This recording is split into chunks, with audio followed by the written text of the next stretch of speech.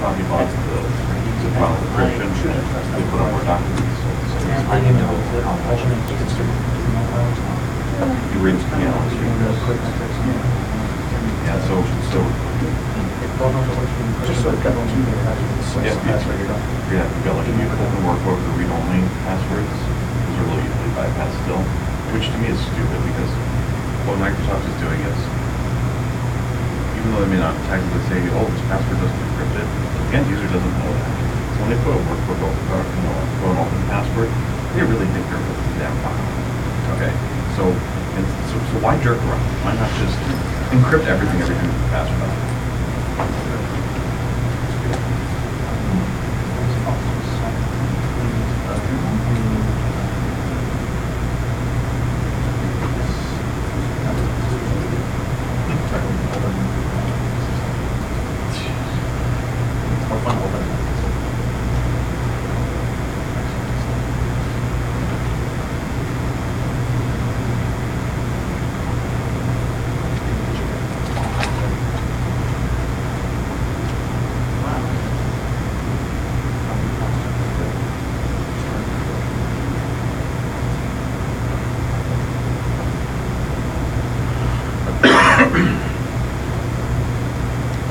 Kind of tempted to put on just like strobing lights. See how many people are hungover. Is that the hangover check? Yeah. That is? Yeah. Priming the pump to see who throws up on additional stimuli? Yeah. Just random loud noises. Just have a bucket ready if you do that. That's a different game show, okay? This is not a bucket, okay? This is cooler than not surprised. Which spot? The question is that spot in your stomach that's saying, damn, you had too much to drink last night? I think they call that, wait, isn't that called an ulcer?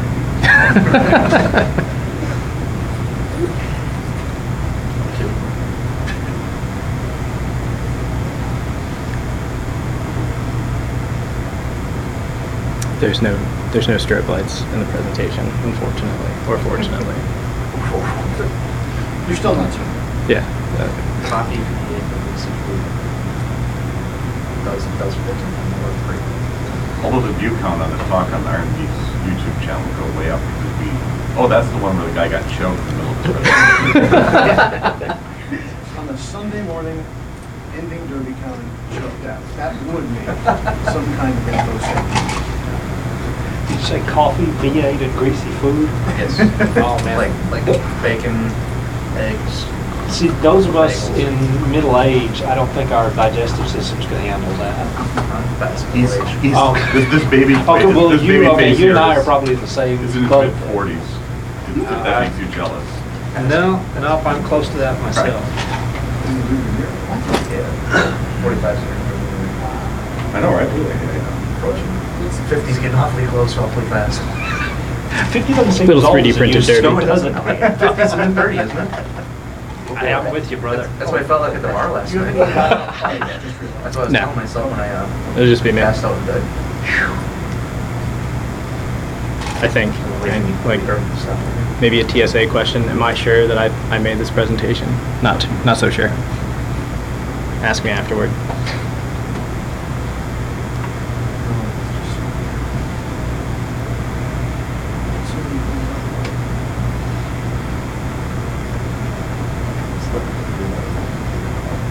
Brian said he hears your audio. It's like What was that? Brian's live stream you and hear you talking about stroke. There was actually a photo and a discussion about that. I did see it somewhere, Hi, Brian. either in print or somewhere. I do recall, and I immediately brought back memories like, oh my god, I remember that. Did you begin to twitch uncontrollably? I'm just curious if it caused spasms because of the tape drop specifically. Oh, I was out. If it would have been a conversation.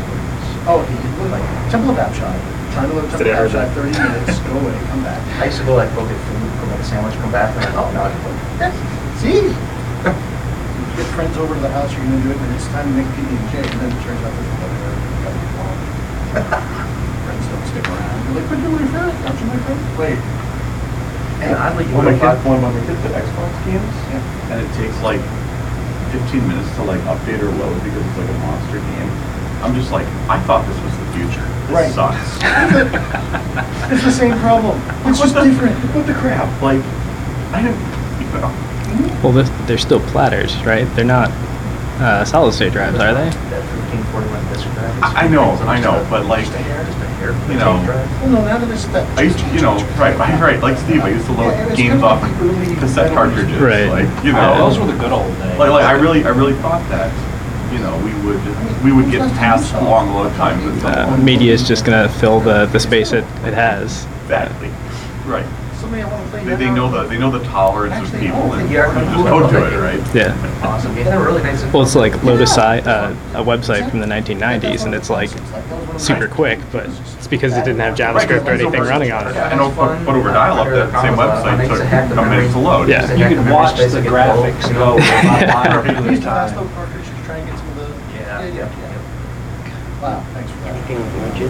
Cinemaware.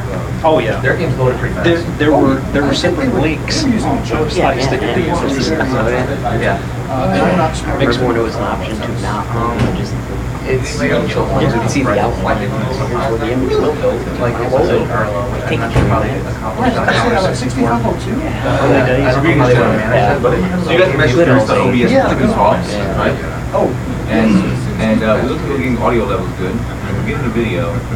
So I don't really think there's anything that you all can script at this point. So, Good. You have everything. oh, and you know, when you double click on that bingo button.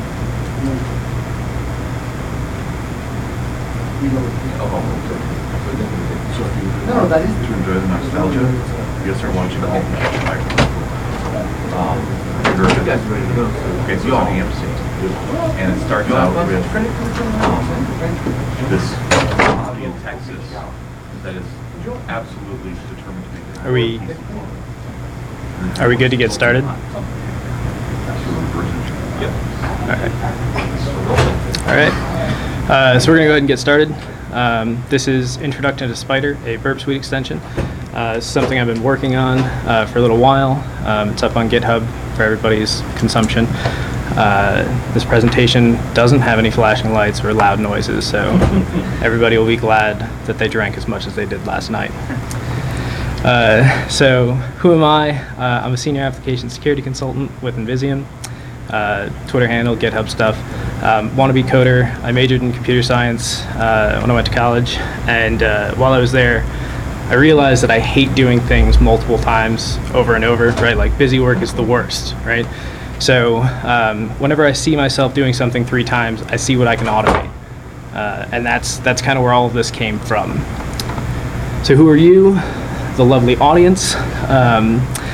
This is the target audience for this is going to be AppSec engineers or consultants that are doing hybrid assessments, developers that are inheriting legacy projects that they're just like overwhelmed with what they have to do, and QA, who are people that are going to be trying to find as much about the application as they can, make sure that they're exercising all endpoints appropriately, and also they can assist the security team by making sure that all of the authorization boundaries are actually verified before the security team actually gets there, which of course makes my job more difficult, but it makes my reporting much less difficult. So the problem statement.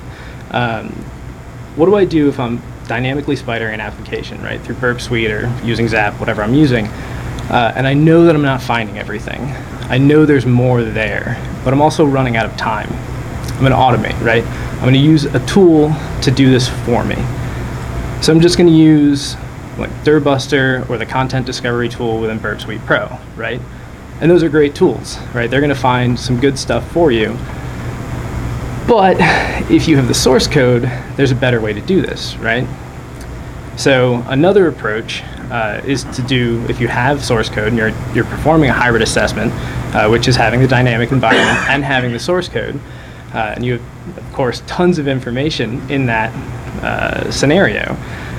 Sometimes too much information, but this is going to give you an opportunity to kind of get into the developer's head, right? You're going to be able to see what decisions they've made with regard to security considerations or decisions. You're going to be able to verify vulnerabilities as you find them in the dynamic environment. So if, let's say, you've been messing with the SQLi vulnerability, you're seeing a bunch of You got to talk to the mic more, dude. sorry. If you're seeing like a bunch of error messages come back as you throw a single tick in there, you can go to the source code and verify, okay, they aren't doing parameterized queries. I do have SQL injection versus, oh, they are parameterizing queries and they're just throwing an error message at me to confuse me, right? So you can quickly verify those sorts of things. So I have the source code, right? And let's imagine that we're on a project together and it's an infinite abyss of seemingly forgotten classic ASP, right? You get this project directory and immediately your soul just evaporates. So that was my life once. I got on this project and the project director said, really you only need to worry about this one directory. It's pretty much all there. So I go to the TFS location, I pull all the source down, and it's way more than just this one directory, right? So I run a quick like stats program to see what kind of files I've got in there, and I see well over 2,000 classic ASP files, and I'm like, I've got a week to do this. This is going to be bad. So how do I accommodate this? So I start dynamically spidering the application. I only get like 200 endpoints. And I'm like, oh, that doesn't make sense, right? There's got to be more there. So how do I find what I'm missing? So the first idea was to automate using a command line Python script. It was super simple. Just basically took in a URL, a session identifier. It allowed me to pass all those requests through burp, and it would just parse a directory for a .asp file. If it saw it, it would act as if it was a valid endpoint and request it. So it did the job, right? Treated every file in the directory as if it was a valid endpoint. It would record the HTTP response code, whether it was a 200 or 404. I could then determine if I needed to dig down a little deeper. But there was a little bit of overhead involved with it, right? So sessions tend to expire. That's one of the things they do. So as I was doing this, I realized that I was accidentally testing authorization boundaries. So there was a directory that said admin, and I was getting 200s back for all of those files as I directly browsed to them or directly requested them. So all right, that's kind of interesting. That's going to be something in the report a few hundred times over again. This gave me a good way to find static content, right? If it's a PHP ASP application, they have .htmls or .js files in there. This gave me a good way to enumerate that content. So then I had kind of a second idea, right? There's more than just this static content. I know that, right? There's other projects that are going to be using dynamic URL creation. Maybe I can generalize this, make it more approachable, give it a better home through Burp Suite, and then add some of that functionality I know would be of value. So, introducing Spider, the Burp Suite extension. It's going to let us spy on some on directories for some sweet endpoints. Few things first. Requirements: you're going to need Burp Suite. Weird, I know. And you're going to require the standalone Jython 2.7 jar. So the goals of the project are to be approachable and available. We're going to do that through Burp Suite. Find content that the dynamic spider may have missed, and that's going to include more than just that static content that we were talking about before. It's going to include some of those dynamic URLs, right?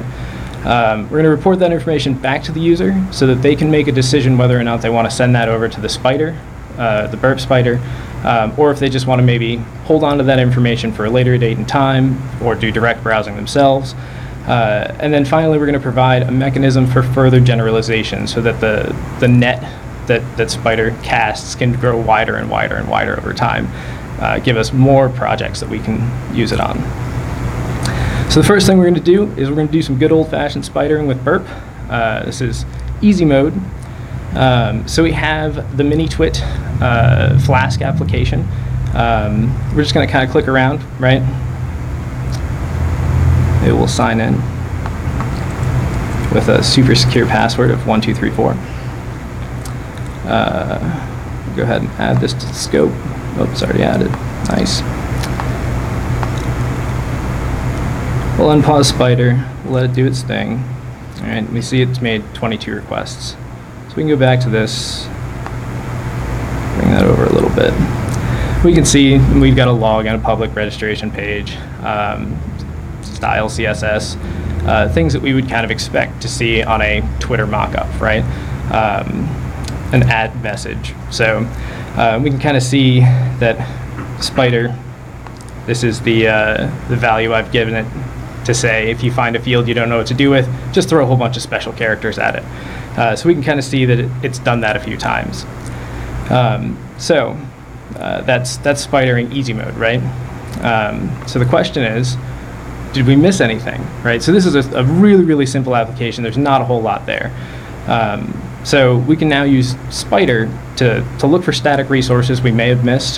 Then we're going to take a walk on the wild side and actually try to parse the Flask source code. And then finally, we can consume a text file that we've done previously to make sure that we're still seeing the same endpoints that we saw in a previous assessment. So, Spider's all the way over there. Interesting. So, we're going to add a source directory, right? We're going to go to the mini-twit. We're going to add a string delimiter. This is going to be used to split the string so that it actually creates the URL appropriately. I happen to know the administrator of this application. It's me. So I know that he's hosting some JPEGs that he shouldn't be hosting on this application. So we're going to supply localhost for the URL, and we're just going to go ahead and parse directory. So we're going to see that it comes up with assuming protocol, default value of HTTP. That's because when I initially typed this, I didn't type HTTP. I didn't give it a protocol, so it's going to assume a default of HTTP. Then it's going to provide an example URL. So this is what may be a valid URL, right? And that's going to be determined by splitting that string delimiter. So if you wind up getting a weird example URL here, try messing with that string delimiter to make sure that you're appropriately creating that URL. It's told us that it found 4 files or endpoints to be requested, and it printed out some statistics for us in case we're interested in those things. And we can see here that there are 4 JPEGs in that directory. So if we go ahead and show all endpoints, we can in fact see that there are 4 endpoints there, and they're all JPEG. So if we were to copy and paste one of those into our application, in fact, we're going to find something that I 3D printed, or the admin 3D printed rather. So we've found some static content that Spider didn't find because it wasn't ever linked within the application. So now let's do something a little more challenging. Let's look for endpoints within the source code itself. So we're going to specify a plugin location, and this is going to be, for me personally, under plugins in my Spider location. If you install this through the BApp store, it's going to be on Mac under .bapp in your home directory, and then there's going to be a hex value or hash that will contain it as well. Or you can just pull it down from GitHub and use that. So we're going to see that it loads Angular UI routing, a couple others, including a Flask bottle routes. So if we attempt to parse files for URL patterns with that selected, I'm going to go ahead and clear the screen. It's going to attempt to parse the files for URL patterns, and then it's going to give us another example URL. It's going to tell us that it found 12 endpoints to be requested, and it's going to give us those stats again.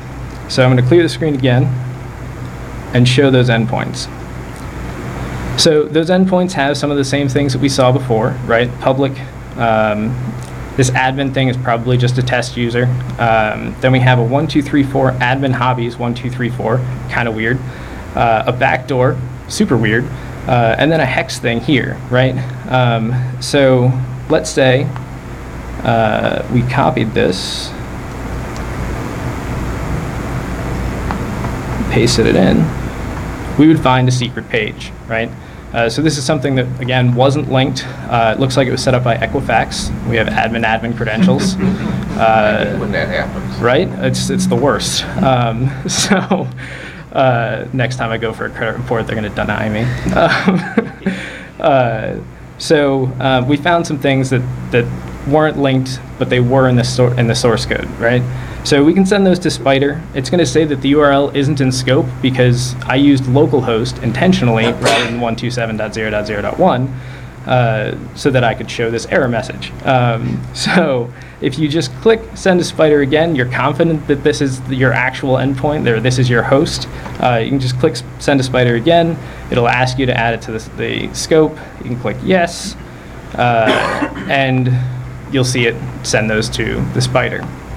And then they should appear under localhost, and we see them within our sitemap. So that is finding endpoints within the source code. We can also point the extension at a single text file. So this is useful if we've already done an assessment on a particular application and we know that there's endpoints there that we're going to be interested to see maybe they have fixed the auth boundary issues. We can go ahead and parse a single file to get those same endpoints. So if we go ahead and parse the directory, here I'll clear it and then parse it, make it a little easier. We're going to find that, again, it found 12 files to be requested. But this time, if we show the endpoints, we're going to see this weird PII 1234 because the admin was hosting a lot of stuff he shouldn't have been hosting. And I told him about it, and luckily he removed that endpoint. So that kind of shows the authorization boundary before and after. So those are kind of the three use cases that I've personally found valuable with this. You can also save and restore the configuration, and you can, it's kind of off the screen at the bottom here, select which plugins you actually want to run. So if you deselect some of these things, it'll disable them, or you can re-enable them, and it should say re-enabled, yeah. So if you save the configuration, it's just going to save it within burp state.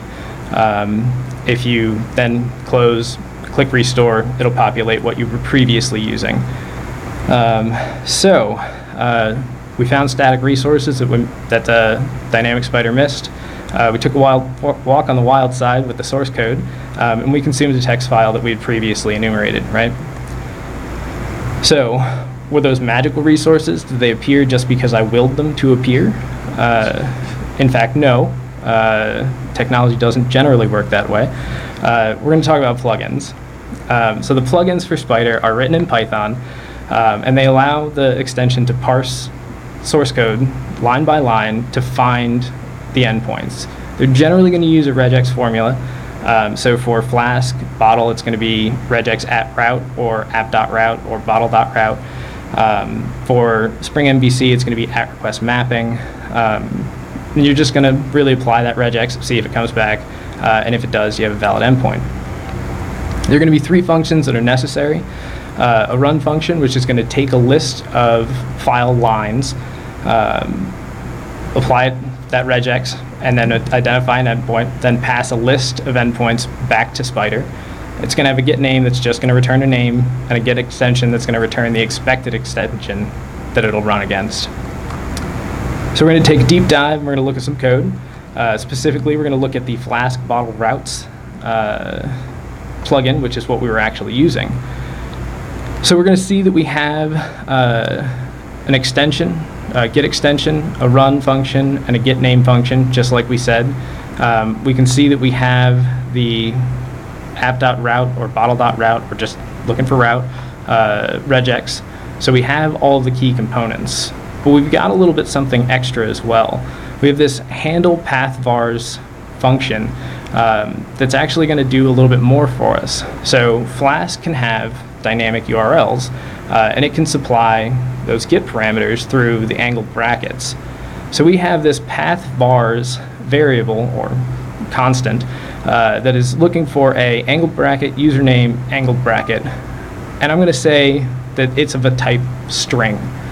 So when that actually parses and finds something in angled brackets, it's going to pass it to this handle path vars function, and it's going to say, all right, anything within those angled brackets, if I understand what variable type or variable name is associated with it, I'll append or I'll replace that variable with a given value that I, the tester, have given the source code.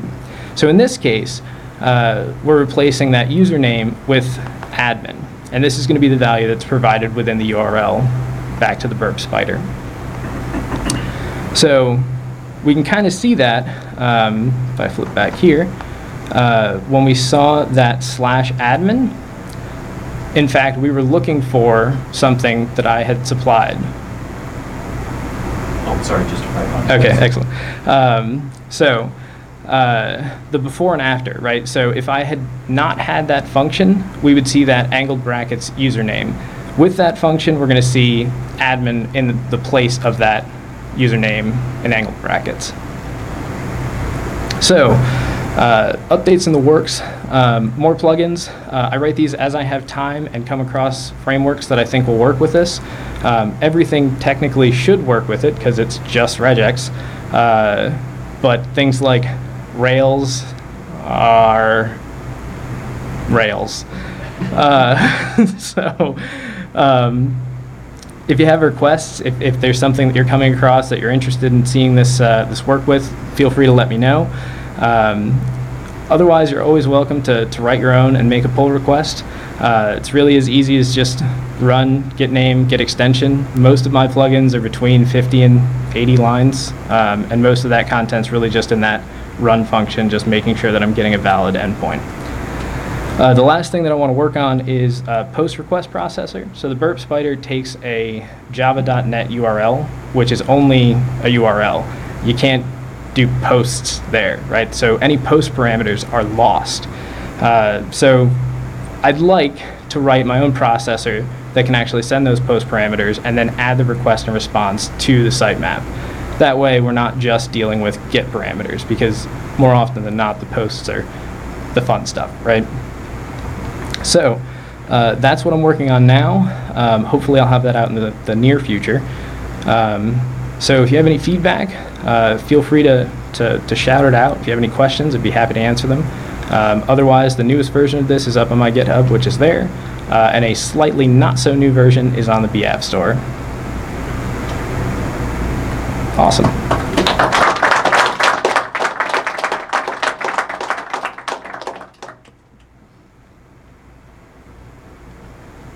Realistic? So yeah. Okay. Because like if you got something dumb like just a pile of PHP folders full of PHP shit, and you just want to be able to have it request everything you know is in the source code. Yeah. So for that particular example, I literally copied and pasted out of a previous, like as I was running through the presentation, practicing. Yeah. I copied and pasted a previous iteration and just pasted it into the text file so that I could then validate it later on. But yeah, you could just do a directory, or if you've already done something that has dynamic, and you just save that. I've done that and found it useful. A lot of the MVC things that we come across, the developers be like, "Oh, we didn't mean to make that public." Yeah. So, Gotcha.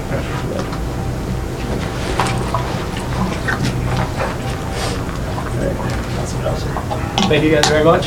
Thank you. Thank you.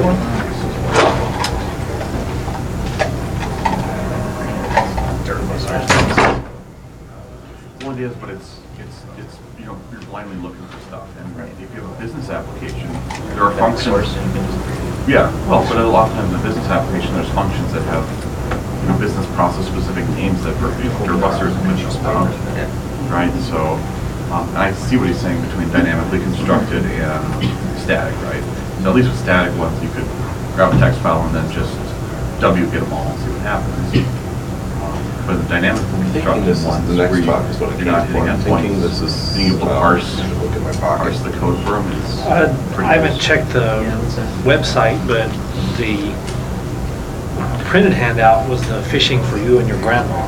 Yeah. Yeah, that's what I I'm sticking around for it.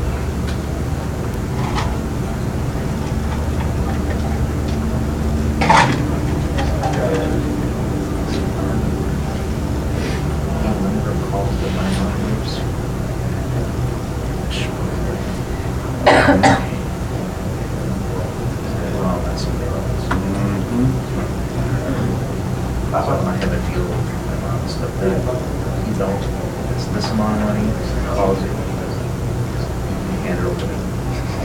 Just let me step in, let me have a look, see if it's the same, if I know what's going on here, just don't. I haven't gotten a whole lot of phishing calls, but I'm getting a lot of text messages saying, please text me back. I need money or something like that. My elderly parents get an inordinate amount of calls. Hi, everybody. And all of them are like, somebody's stuck somewhere and wire me some money so and they have enough information to convince you that it's that person. And of course, in their generation, they're through and they're a little older, so maybe a little more vulnerable to. By the way, I may have to leave. I don't want you to be insulted if I have to leave like 10 minutes early. It's okay. Yeah, Wait. especially since I'm in the front row. It's Sunday, so I know people have to catch It'll flights happen and a lot whatnot. for a while and then kind of drop off for a month or so, and then it'll spike back up. Oh, wow, so we're going to leave this between us. That's all right. That's how we're doing this. That's all right. The quick thing you do with your parents, I'm not getting sick, I promise. the quick thing you do with your parents on that one is tell them that you'll call them, tell them that you have to call them back, and then tell them to call the people at their houses, and when they're there, then they know it's a spam. It's just someplace, because that's what I've always done. Because I'm catching a ring. You just have to find the audio board and turn it down a notch. Yeah, And just that turn it would down be again. right here. That's fine, thank you. I'm going to do it from here, but okay. It works. I'm not going to argue. Video engineering degree, I should know how to move the volume.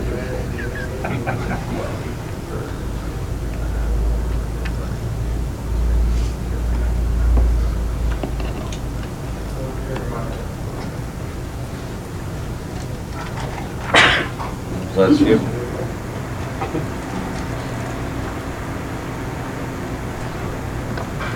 There you go. Just don't touch it. Don't breathe too hard. Pistol shirt to send everybody. Yeah, sure.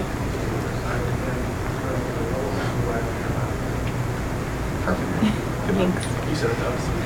No, no. All right, we'll get our own. Suzanne asked me to. I already got copies. Okay. It's mine. Jeez.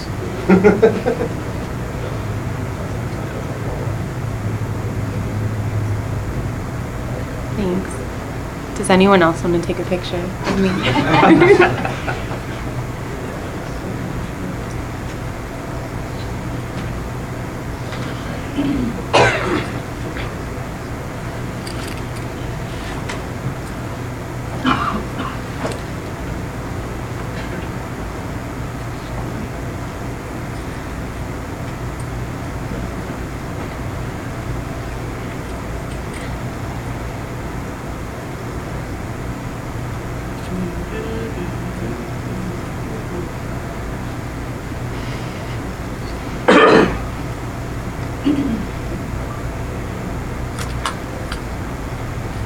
All right, welcome to Fishing for You and Your Grandma. This is a learning talk for anybody that might not be the best at fishing, that hopefully you can understand and also that your grandma would understand. My name is Sarah Norris. I'm a pen tester at TrustedSec. I started maybe a year ago, so I'm still in the process of learning things, and thankfully I get to work with a group of people that are really smart. So I graduated from Utica College in cybersecurity and forensics, and this is my first talk at DerbyCon. Oh yeah, I'll let you do it. Let me try to be helpful here. Thank you. Is that better? Good. If you want to follow me on Twitter, I'm Snorris Ponydeer. And if you want to see some really dank memes, you can follow me on Instagram. So this talk is for anyone, like I said, that hasn't done a ton of phishing and wants to know what some of the common roadblocks are and how to be more successful. So in this room, who has done a phishing campaign successfully? Okay, so some of you. So this might be familiar. But basically, I'm going to go over the mistakes that I've made and some caveats that I've run into. So phishing is easy, right? You just pick a target, send them an email, and of course they're going to fall for it, and then you get all their shells and creds, and it's great. But it's not always super easy. So hopefully these things will make your life a little bit easier. So all we need is a pretext that gives our target a sense of urgency, and that will hopefully impact them so that they actually want to do something about it. An effective payload, a phishing site, and then an email that makes it to their inbox, because we don't want them having to scour through spam to find it. So imagine you pick a target. You made a really great pretext that you just know they're going to fall for, and you wait for the shells and the creds, but they never come. So what happened? At this point, there's a lot of things that could have happened, but we're going to assume that your target never saw your email. So you just wasted a bunch of time. So at this point, in my experience, there's a couple of things that you want to check. So it could have been that maybe they have an email gateway that flagged on something that you put in the subject line of your email. Maybe the domain you picked is actually already blacklisted because it's evil and you're an evil person also. Maybe the IP that you're using to host your mail server is also blacklisted. So those are things that you can check on, like MX Toolbox, or there's probably some other sites that do it as well. But let's just say, okay, maybe it just went to spam, so what am I going to do now? So yep, there it is. It's in spam. It's really sad. It seems like Gmail just doesn't trust you. which is very, very sad. So what are we going to do about that? We find out that our domain isn't blacklisted, but it seems like since Gmail doesn't trust us for some reason, we need to authenticate ourselves as a sender. So the first thing that I would do is make a DKIM key. A tool that I find very helpful is OpenDKIM. It's an open source implementation of Domain Keys Identified Mail Sender authentication system. So this tool is super easy. You can generate a key in Linux. You just have to pick a selector. So in this case, I pick a selector grandma-secure. And my domain is fishgrandma.com, so I'm going to make those keys for that domain. So as you can see, once I generate those keys, it'll create for you a private key and a public key. It also creates for you a handy configuration file, so you're just going to go in and edit your domain, edit the key file with the path to that private key, and then type in the same selector that you used to generate those keys. Then you're going to save that and restart OpenDKIM, of course. Just reboot maybe 3 or 4 times. Make sure that it really sticks. And then go ahead and add that DKIM key to the public one to a DNS text file. And then for DKIM, you just need to put in the selector name, and then it's always ._domain key. And if you're using a subdomain, it's going to be .subdomain.domain. So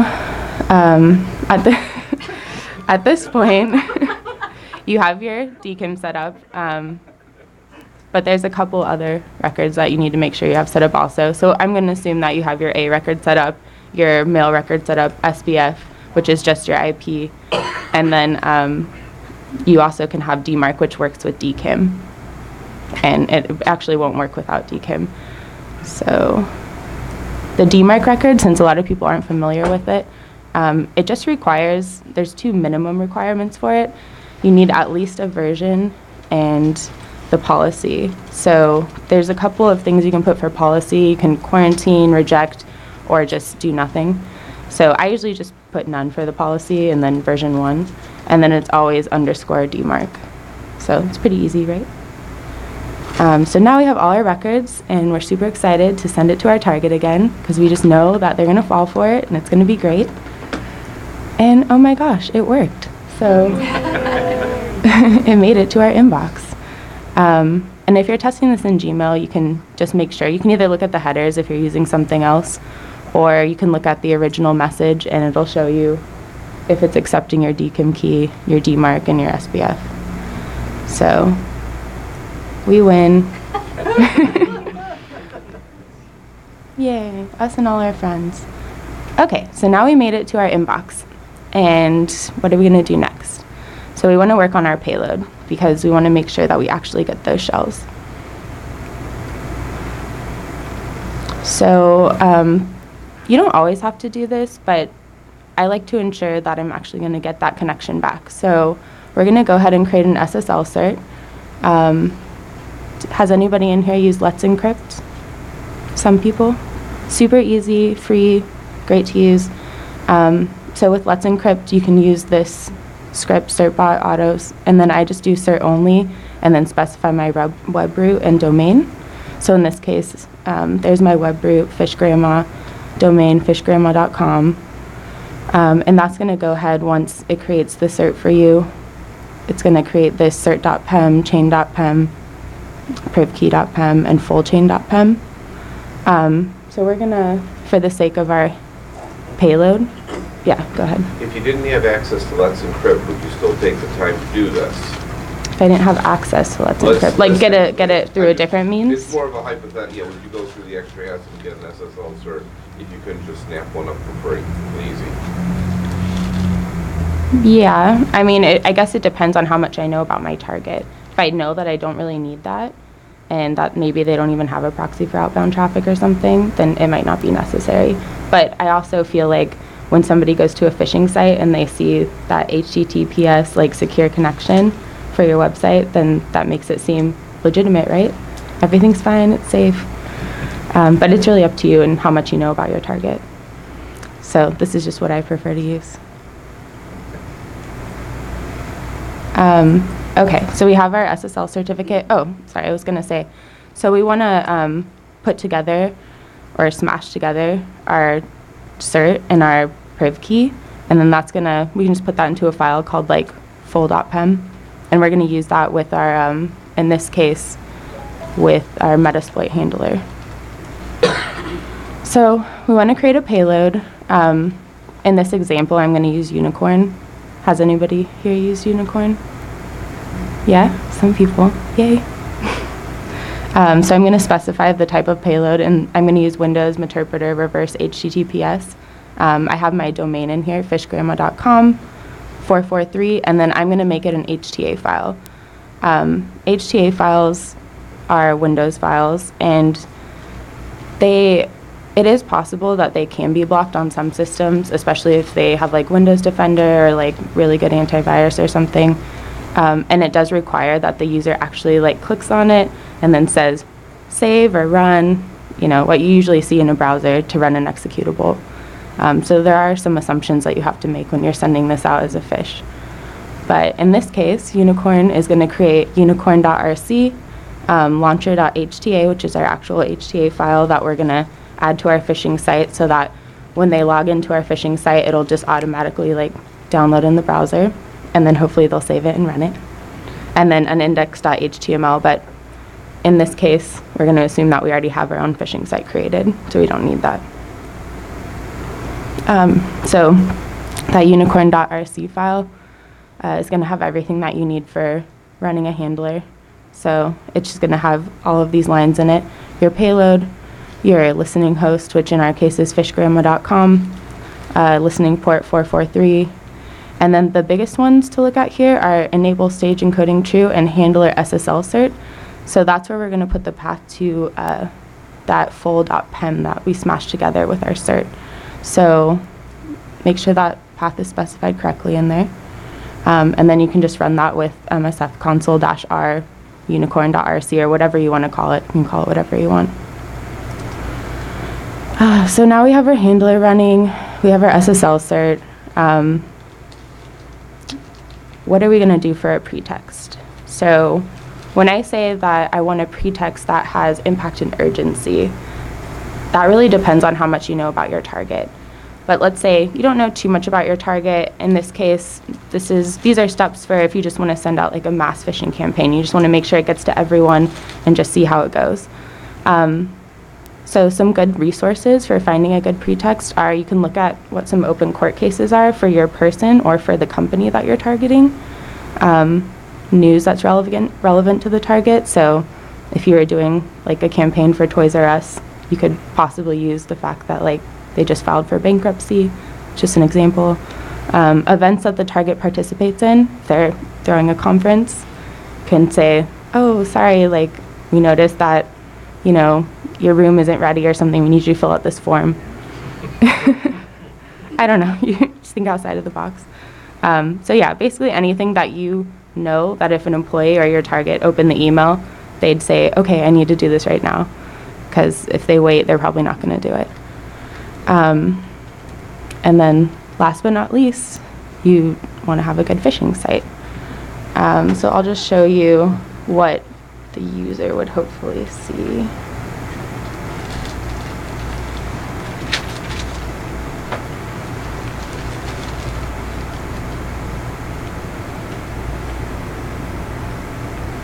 So this is my phishing site, fishgrandma.com, and I'm just a grandma, and I got an email about how I need to send my granddaughter some new pants.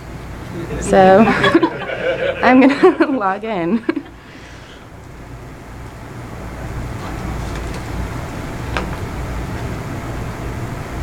All right, so there's my HTA file, and of course I would, if I was on my Windows machine, which I always am, I would launch that and hopefully create a shell back to me. But yeah, so for phishing sites, a lot of times, depending on what you're trying to do, you can literally just scour Google and come up with a good logo, either the company that you're targeting's logo or just something, you know, that looks legitimate and pretty, and clone it. And then up here we have our very secure HTTPS, makes it look even more legitimate. And yeah, hopefully you get all the successes. Does anybody have any questions about the process? Yeah. So do you ever find that even when you've got a really good pretext and you've established that the email has made it through, do you ever try to follow up with a phone call or something to really kind of drive it home? Yeah, definitely. If I know that the email got to them and they're not clicking on it, yeah, following up with a phone call is a great way to handle it. I wouldn't do it the other way. I feel like when you call somebody and you can say, oh, I know you have this email in your inbox, it just makes you sound even more legitimate.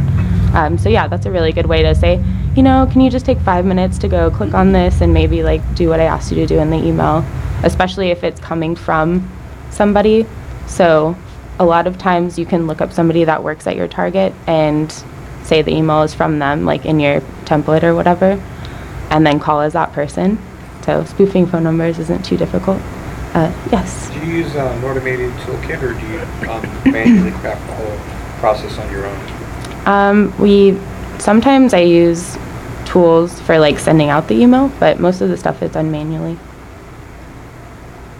Yeah. You're not doing metrics per se, you're doing just the actual phishing. Sorry, what was that? Do you have any strategies for domain name generation that you find more successful or less?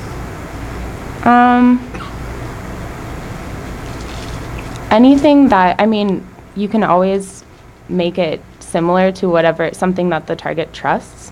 And then if you can't get that domain, obviously, because it's being used, you can always try like adding in a 1 for an L or a 0 for an O, something like that. So that just at quick glance, it'll look like something that they're familiar with. But for the most part, I just try to put in the name of something like a tool like Microsoft or email or secure, stuff that sounds like, oh, I trust that, it's secure.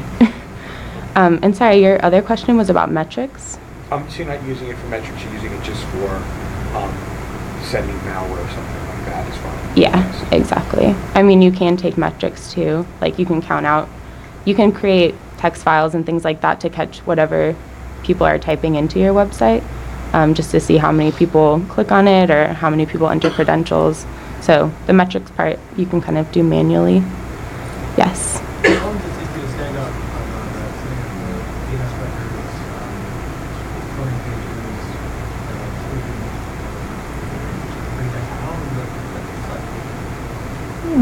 I mean, I guess it depends on how much you know. You could do it all in less than a day. So it wouldn't take you that long. The DNS record generation is pretty easy. Like you can use OpenDKIM to create the keys and just copy and paste it in there. It does sometimes take up to 24 to 48 hours for certain things to propagate. Like if you wanted to set up reverse DNS or something, that might take a little bit longer. But otherwise, yeah, you can do everything on the fly. Does anyone have any other questions? No? Yes. Yeah. So, excuse me. I'm not sick.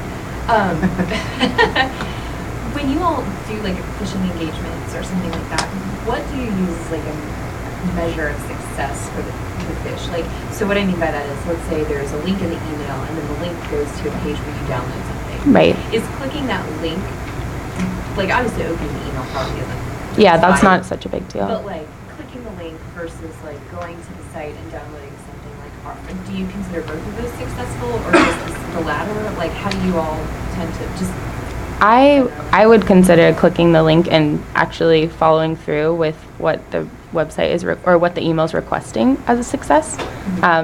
But the fact that they're clicking a link and going to your phishing site isn't great. Yeah. If they go there and then they're like, oh, this doesn't look legitimate, and then don't do anything, I would say that's a win on their side. So if they actually like put something in there and log in, or double click on my payload or something, those are things that I would consider more of a success. Yeah. Have you noticed in any of your campaigns of your phishing site being tagged as a malicious site through various proxy? Yeah, definitely. And that's just a matter of time. It's like you want to, that's why I try to do things quicker than slower. Like I don't want to have a domain up forever, and I try not to reuse them. But sometimes you just have to. That's why I was trying to drive home at the beginning when you see something wrong, like, oh, my email didn't make it there, I'm not getting anything. That's when I kind of do a little extra research to make sure my site hasn't been blacklisted or if somebody hasn't tagged it as malicious, just because then even if you do all of this extra work, it's not going to matter. Then you're going to have to switch it out. So yeah, it does happen. Yes? Have you seen reverse, or lack of reverse DNS entries cause problems for you, at least that you know of? I know it's hard to kind of measure. Yeah, not that often. If I see that I'm following through with all of these steps and I'm still not getting the email to them, and I've looked at like the headers and stuff and seen, okay, like it's not flagging on my subject line or anything in the email, and I've changed that all up, yeah, I would definitely add in reverse DNS. And it doesn't hurt to just do it anyway. Do you typically create new domains, or are you using expired domains? New ones. Yes. Yeah, what was the most fun and memorable pretext that was successful for you? One that I did recently that was pretty successful was I pretended to be the IT help desk services for a Target, and I told them that recently we had a bout of malware like come through our email gateway, and that some people might be infected, but in this case we might need their help to like download anti-malware. So I cloned Malwarebytes website basically, and then set a link to it from like a clone version of their usual employee login page. And so they log in into their employee login page with their regular employee credentials, and it's just like, oh, here's what we use for anti-malware. So they click on the link, and then it looks like the same executable that Malwarebytes uses, and then a lot of people ran that. So, and it looked legitimate because it's like a common thing that people use for anti-malware. It's kind of mean, but so yeah, that one was really successful. Sorry, what was your question? Earlier you talked about like if you get one of your pretexts, if it gets blocked like by Microsoft junk or spam folder, Mm-hmm. do you find it more that, because I have some that I've done that did, and like changing either the subject line or if you're faking where the mail is from, do you have thoughts on which category Microsoft might trigger on the most? Yeah, so I don't know about Microsoft in particular, but definitely when you're spoofing who it's coming from, that I find that those get blocked quite often. And then the subject line, you know, if you use like all caps or certain words, those might definitely get blocked. I did have I couldn't figure one out, and it was taking me like days, and then I realized that I had put the subject line in all caps, and I was like, oh, that's it. Change that and it's fine. So sometimes you have to do a little trial and error just to see if it's going to get through. And if you can't spoof who it's from, then you just have to try to do a little more research on your target and think of like who it could be from, even if it's at your phishing domain that they might trust or maybe overlook. Any other questions? No? Okay, thank you everyone.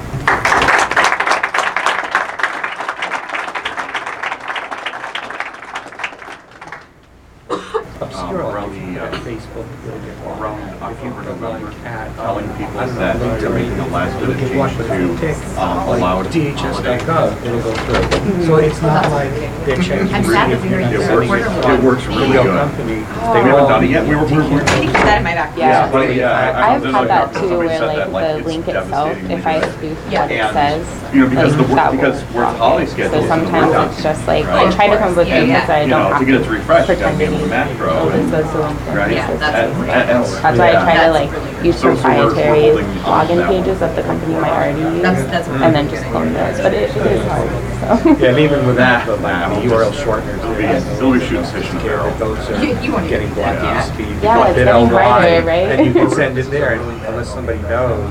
Yeah. You know, it's a great way to. We've done that. Like, yeah, we've Thank you. yeah, no, literally, like in our early phases, we were registering their pages called like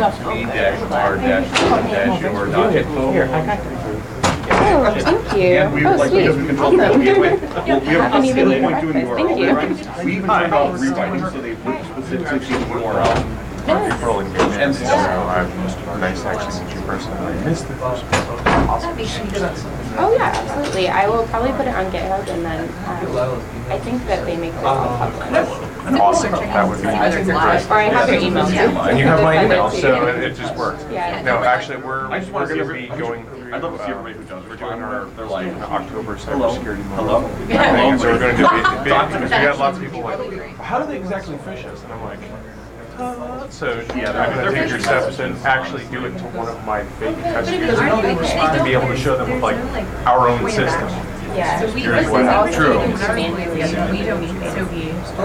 Yeah, that's our idea, but I actually wanted to have it like in our example, actually hit our own system. So it's a lot easier for me to create both the attacker and the target Yeah, and you without. kind of know like what they might trust as they Well, log in. actually, the links to the open document is actually really nice because we've been hammered with several, and I've gotten several people who. Especially if you're like, you know, this is something we don't want our employees to talk about in your Yeah, because you don't, Well, you have 200 lawyers, it's really easy to troll bait them with, you know, oh, you missed a filing, and they bang one. I can bang 10, 15 without even trying. Lawyers are so easy. Yeah, that's so easy. Nice to meet you, Sarah. Yeah. Nice to meet you. Very quickly, well. I mean, hopefully, training. Did you do Yeah, because you released that, Or software, right? Yeah, we both released some stuff. Nice. But- Yeah, I want to watch that. I just wanted to introduce myself. Yeah, it's nice to meet you in person. It's always a treat. I'll see you in the bed. I don't have it. Thanks for coming. In the bed. I don't like that topic.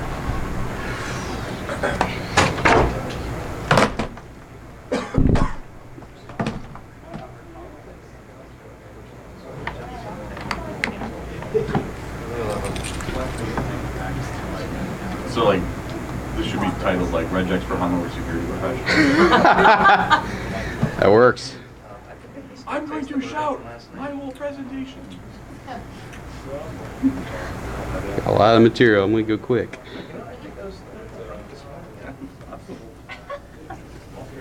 There were like how many rounds of firewall shots? Like, I saw the picture. I saw the photos, I wasn't wasn't there. Yeah. how many about it? That's when I went to bed, man.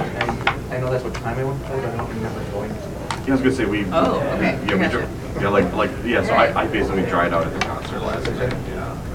I decided like the room was sideways, so I'm like, I think it's kind of good. Before you just kind of end up there. I feel like I'm walking sideways, so I'm like that. Ian? That's fine.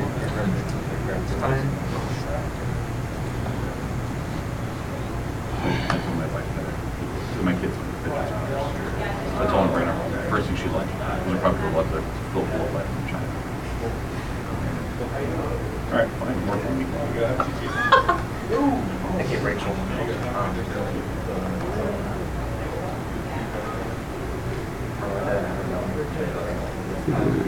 Farmers market. Nice. I didn't make it. I'll just see you hanging out. There's a manufacturer in mind, so I might be responsible for figure out.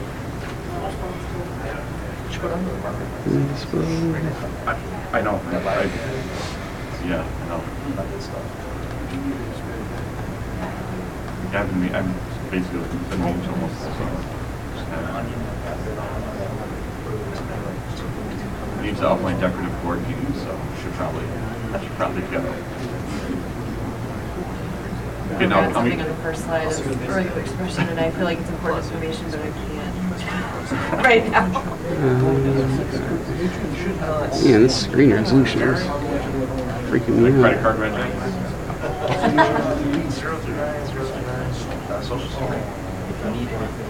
Yeah, I mean, the ones I know I usually recognize are social and credit card validators. So you'll be like, That's what I use the most. 029 braces. 029 braces. Yeah, the main thing is whether you're accounting for Hey. Amex or not. Or is it Amex or Discover? One of those. Amex is the Amex is the in the four-digit. Yeah. Actually, there are handouts? Is that gonna be a quiz? Average bear. Wow. Wow. I really love the Richards, but very rich. They have a really regular expression. Excellent. That's awesome. I did not know that. Check it out. An O'Reilly Regex. Yeah, it's cookbook. Oh, yeah. The whole set. That one. That's awesome. Thank you. I keep that very near me. That's a book I wrote.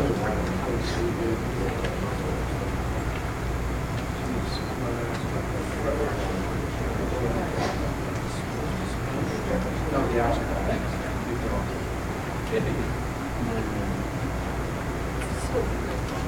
2 minutes out.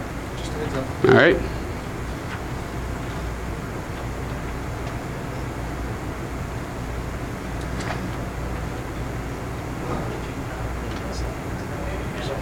There's cheat sheets being passed around. If anybody doesn't get one, just give a shout out, stick your hand up. We'll make sure you get one.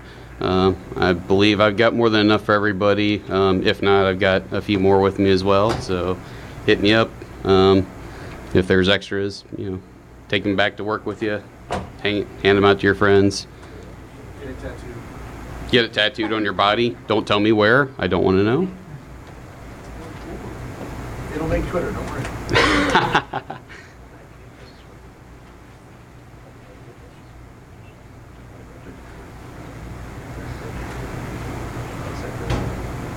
I've seen a few yawns, but everybody still looks awake, so that's a good sign. Hang in there, folks. Only a few more hours to closing ceremonies. Keep them going. The coffee's keeping me going.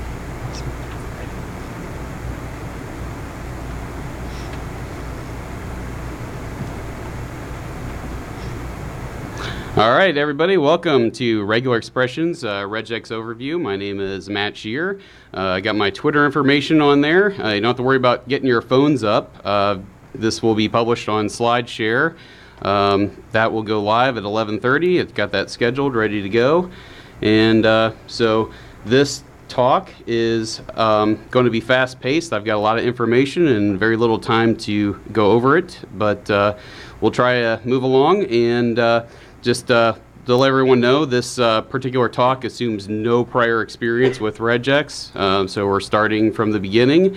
I myself am not an authority on this subject, but I do need to do this at work occasionally, and a lot of people have told me that they really struggle with it. So, with that being said, I can't make everybody in this room a Reg expert in 20-some minutes, but we'll do our best. to at least get you started and set you on a path towards self-learning. And so let's take it away.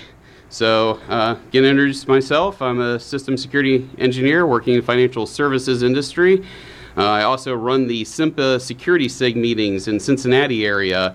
Hit me up if you're in that area and want to start attending. We meet monthly, the third Thursday of each month. I was actually in this very room speaking 2 years ago at Unity, and it's an honor and privilege to be back to speak in front of everyone again. So we'll move on. First thing I want to do is talk about what regular expressions are not. So the term regular expressions are often simply called regex for short, should not be confused with old sayings. When it comes to old sayings, you would be hard-pressed to beat the recollection and retelling of old sayings than my own mother. And heading into DerbyCon, I assumed I would be probably the only person in the history of DerbyCon ever with a mom slide deck till I saw the keynote. This will be a little less heart-wrenching, so you can certainly expect a healthy dose of motherly advice as we go along.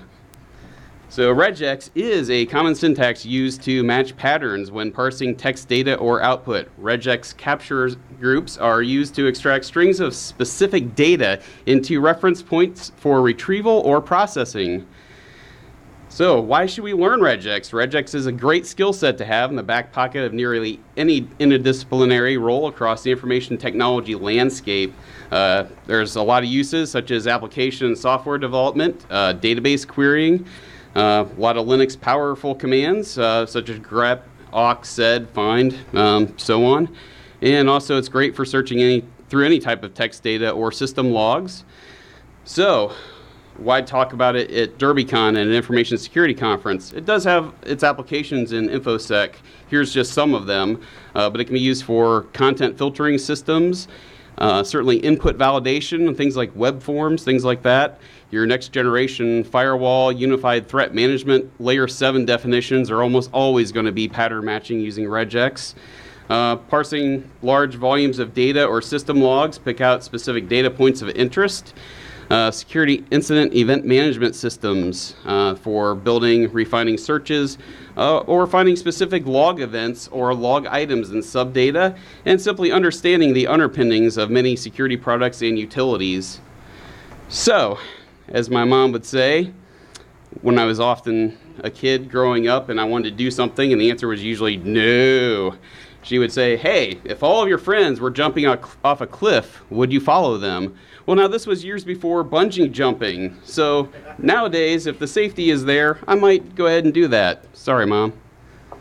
So, the different flavors of regex. The most important thing to note here is that one size does not fit all with regex. So there are conventions and standards that sort of traverse the whole offering, but there are going to be specific nuances and little gotchas depending which flavor of regex, which particular engine you're using, and I list some of the common ones there, and there's probably a bunch of others. So, some good resources. Online learning site, regex1.com is fantastic. I cannot recommend that site enough to go through. It's free. There is no sign up needed. You basically just start working through exercises. It will help get you up to speed very quickly. Regex test site that I use often is regexer.com. There's also, I think, regex101.com, pretty good. That's just my personal favorite. There's some good information on some of these other sites. And if you really get bored, for our purposes today, we're sort of lumping everything under the generic term regex, but you can find out the very specific nuances between regular expressions, regex, regexp, if you want to check out the Wikipedia article. It's not a short read, but it's very informative. So, let's begin. Something my mom would tell me is, this is going to hurt me a lot more than it hurts you. Well, she would tell me this when I was in trouble, getting ready to be disciplined, so I'm the one that moments later is going to be crying with tears in my eyes and a sore bottom. My mom's holding the yardstick in her hand. I'm not sure how true this statement really was. So, regex basics. At the most simplest level, you can simply type in exactly what you're trying to match when you're looking at a set of data. The important thing to note here is that text string pattern matching is case sensitive. So you can drive yourself crazy by missing something that's uppercase or lowercase. So just a word of, sort of a cautionary note there. And then certain alphanumeric characters may require an escape character or prefix rather to match, which is going to be the backslash. And we'll touch on that more here in a moment. So what we're going to do is we're going to start off talking about matching single characters. I'm going to get into quantifiers and how you start matching multiple things here in a moment. But the /W, lowercase w, we're going to start off lowercase here. That's going to match a single alphanumeric character and also underscore symbols. This will only match low ASCII characters, so no accented or non-Roman characters. So just be cautious of that when you're using that. If there's a little accent symbol, it may not pick it up. You may have to specify that specifically. So number matching would be a /lowercase d. That's going to match any single digit character. That's a 0 through a 9. And matching a space, we're going to use a /lowercase s. And so that's going to match any white space character, spaces, tabs, line breaks, so on. So we talked about case sensitivity. That absolutely applies to the character classes. And it's crucial to get those right, because if you put those in uppercase, it matches the opposite. So /W, capital D, capital S translate to not a word character, not a digit, or not white space. So it's important to make those distinctions when you're trying to match patterns. Now we're going to talk about quantifiers. Everything we've talked about up to this point has been matching a single character. The quantifiers are what allow you to match a sort of a row or string or repeating pattern of characters. They call them quantifiers. I tend to think of them as wildcards, just to keep it simple in my own head. So let's talk about these. The dot will match any single character. The plus suffix will match one or more repetitions of a character. So note the important difference of when we go to the asterisk or the star, suffix matches 0 or more repetitions. So plus, there has to be at least one there. Star, it's sort of optional if it's there or not. It'll account for it if it is. Question mark means that the character is optional, and that's trailing the pattern, the character you're putting in your pattern. The pipe symbol sort of works as an or separator between characters. The caret, or sometimes called the hat symbol, is a not specifier to exclude a character, and that's going to be enclosed in square brackets, and it prefixes the pattern. And I kind of give an example here at the bottom of what that looks like. So what about when you need to actually match an escape character that's in the pattern that you want to collect? So Gesundheit. So in that case, if I want to capture a dot, plus, asterisk, question mark, pipe, caret symbol, whatever have you, I have to prefix it with a backslash. And so then the question becomes, well, if I need to match a backslash in my pattern, what do? You're going to use 2 backslashes. You're going to escape character and then your backslash. And if you haven't worked with regex, you may look sometimes at certain Windows utilities and you wonder, why are there 4 backslashes before I start a fully qualified domain? Now you know, because the back-end engine is more than likely regex, and so this is accounting for the 2 backslashes escaped out. So let's talk about ranges.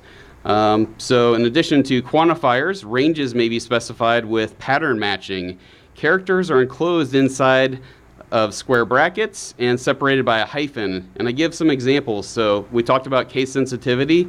Lowercase a-z will match any character A through Z, but you could obviously tighten that in and do E through L if you wanted. You can also do the same thing with capital letter characters and digits. It's good for all of those. So there are other options for repetitions. So in addition to a range quantifier, repetitions may be specified with for pattern matching. So the number of character occurrences are specified inside of curly braces, or brackets sometimes they're called, and separated by a comma. And I give some examples here where A and inside the curly brackets we've got 4 will match 4 capital letter A's. If you're looking for IPv4 addresses and looking to collect that information, that could be extremely helpful. 1, 4 will match either 1, 2, 3, or 4 iterations, and 4, will basically match 4 or as many as there are.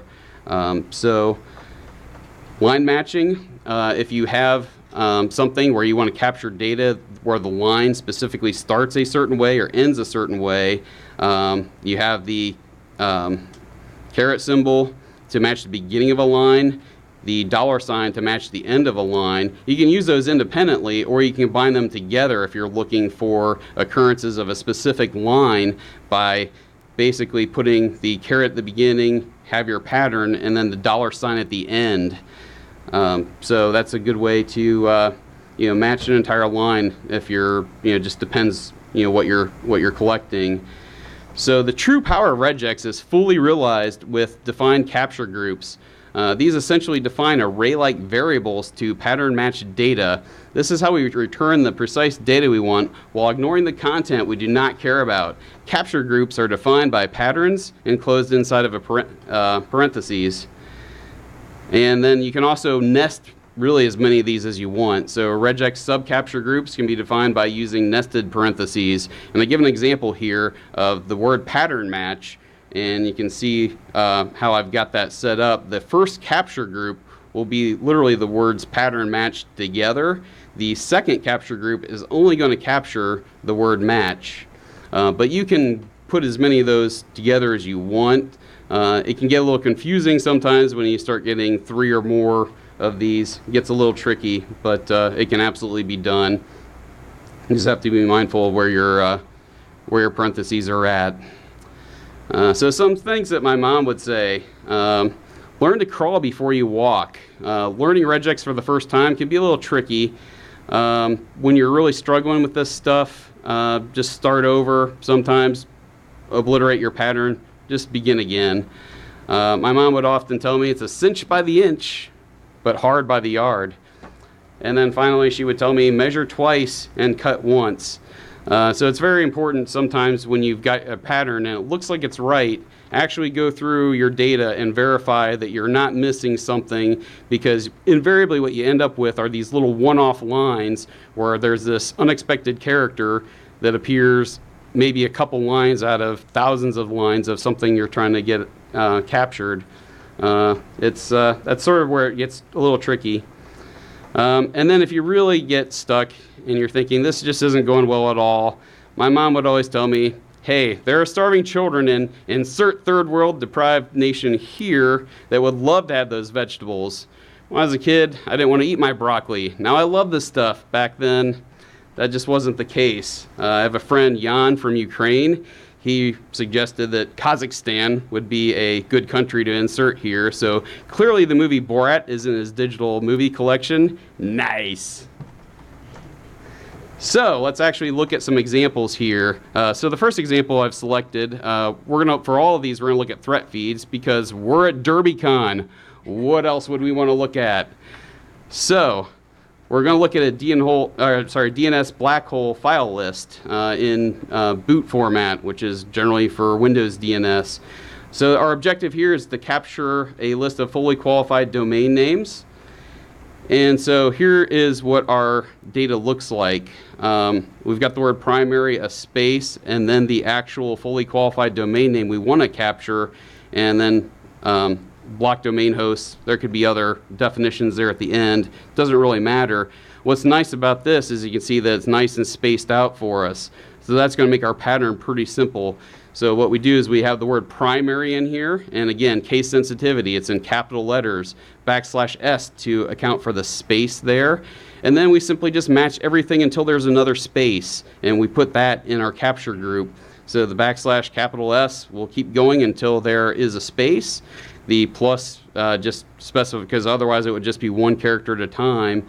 And then for our capture group data, you can see what that looks like. And just go back real quick again. You can see primary space, the data we want, and then another space and the other information. We're going to look at another example here that's on malware domains. It's very similar, except the file's in bind format. So we're going to look at spyware domains, which is a little bit definition, but our objective is completely the same. This doesn't look a whole lot different than what we just looked at. The difference is there are double quotation marks around the information we want. It's a very simple modification to our regex pattern. We simply specify zone, we account for the S. We've got our double quotes accounted for. Other than surrounding our capture group inside the double quotes, it's pretty much exactly the same, and the capture group data reflects exactly what we wanted. So that's where we wanted to be. Now let's look at IP addresses. So for threat feed data, we're going to look at DNS black hole and the IP blacklist. You can see references to all the URLs here, but our objective is to get a list of IPs. Other than some commented out code at the top, this is very simple. It's giving us our numbers. Now, you could do a precision match like at the title slide deck that you saw at the bottom, and that's an IPv4 address, properly formatted. If you know your data source, and particularly as you're learning, I recommend starting something a little easier to digest. Again, this is sort of crawl before you walk, walk before you run. So what we can simply do inside our capture group is specify digit with 1 to 3 iterations. We're accounting for our dot with the \dot. We're really repeating that until the end and putting it all inside of our capture group. And there's the IP addresses we want. And as you noted, it probably noticed it ignores obviously all the commented out characters. So that gives us exactly what we want in this example. So the next example I want to look at is SpamCop. Now, unfortunately, as great as our service is, they don't make this available in a nice format we can just download. But what you can do is run wget and pull it down, and you get literally the exact HTML source from the page itself, and that's going to contain those IP addresses. It gets a little tricky because we get a lot of noise information we don't want. Again, all we care about is the IP address. And this would be useful if we were wanting to put this into our firewall or something along those lines. And you'll notice that outside of the HTML tags, we could really go about this two ways. We could either account for the href tag after the equal sign. I prefer to do it between the HTML tags, the greater than, less than symbols. There's really no wrong answer here. That's just the way I decided to go with it. So really it's the exact same example we had, other than we've got our greater than and less than symbols at the beginning and end, respectively, to get exactly what we want. So our final example we're going to look at here is a malware domain list. So complete database in CSV format. Everything we looked at when it comes to wanting to capture fully qualified domain names has been pretty simple because it's been nice and spaced out for us. With CSV, you don't have that luxury. So here's where it gets a little trickier. And this isn't too hard to understand, but it will give you an idea how quickly your pattern will start to grow based on the complexity of what you're trying to do on your data set. And so you can see an example here. We've got a date stamp. I looked through all the data. Fortunately, the format for the timestamp is consistent. They're putting in leading zeros where there are, for example, 3 becomes 03, not the number 3. That can become a real headache if you don't have those leading zeros. It's not impossible, but it does make it trickier to get the pattern matched the way you want. In this particular example, I'm also going to take advantage of the fact that we know domain name registrations have to start with an alphanumeric. Domain names can have, when you want to register them, they can have a hyphen in them, but they can't begin or end with it. So I'm going to take advantage of that here when I'm matching this pattern. So you can see where I'm matching the timestamp at the very beginning. Inside the CSV, they're putting each field inside of double quotes, so I'm accounting for those. And then at the beginning here, the /w, again, it's got to be an alphanumeric character for the domain that's registered that I want to find. And then inside the curly brackets, because the domain, I want to capture the fully qualified domain, so you're going to have dots in there. and also a hyphen is an allowed character. There's no guarantee that the domain is going to have a hyphen, and then there's also going to be other characters. So what I've done inside the square brackets, you can see, is we've got or separators. That's the pipe symbol, and then the plus sign will basically match anything after that. And I don't know if it's reflected here. Yeah, here's near the bottom. There's a no domain name here. In the data set, they put a hyphen there. So our pattern, since it has to start with a alphanumeric, it won't cause us problems. And then that's in our capture group. And from all this complex data, a bunch of stuff we don't want, we're getting exactly the oops, this is, I apologize, this is not the right capture group example. So I'll have to edit the slide deck, but it does actually capture exactly what we wanted with the fully qualified domain names.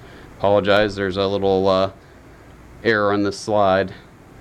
So we talked about learning regex.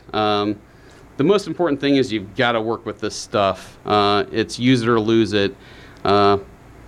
Some things my mom would tell me, she would often preface things saying, if I told you once, I've told you 1,000 times, which mathematically I never really completely understood, because technically, if you told me once, you told me one time, not 1,000. But while we're pondering that, she would also say, if you want something done right, you have to do it yourself. Actions speak louder than words. That's getting in and doing this stuff, and practice makes perfect. What I would recommend doing is go to regex1.com. Do their examples at least once a month for the first 3 months. Set a calendar reminder. Go through it every 3 months after that, so you're looking at every quarter, just to keep that saw sharpened. So when you're looking at stuff, you're not struggling thinking, boy, how did I do this again? How do I need to do this? Keep it fresh in your mind. Otherwise, you'll just lose it. At least I do. So, just a cheap plug here. A couple places I'll be at after this. I'll be at Northern Kentucky University's Cybersecurity Symposium speaking on October 13th. If you're in the Cincinnati, Northern Kentucky area, come check that out. Also, the SIMPA main night, I'll be at the Hackers Night meeting talking about active defense. I probably don't have a lot of time for questions with the amount of material, but is there a quick question from, yes? At the beginning, you mentioned that certain platforms work kind of differently for regex. Do you have any resources that have like a cheat sheet for common platforms on like their quirks and unique things, like the fact that like BSD grep doesn't use the \D, but Linux does? Yeah, those are those little gotchas. I don't have a specific resource that identifies each and every one of those. Sometimes for specific systems, for example, I work in SIM a lot, and that has it uses PCRE as its engine, which is the sort of the Perl version. They actually have, for that particular product, a cheat sheet that has some good examples in it. So sometimes if you're looking at something vendor specific, you can find a good cheat sheet for them. Other than that, I wish I had a better resource other than just sort of Googling for it. All right, well, if there's anything else, then I just want to thank everybody for coming out to see my talk here at DerbyCon, and hopefully I'll see everybody at the Marriott next year.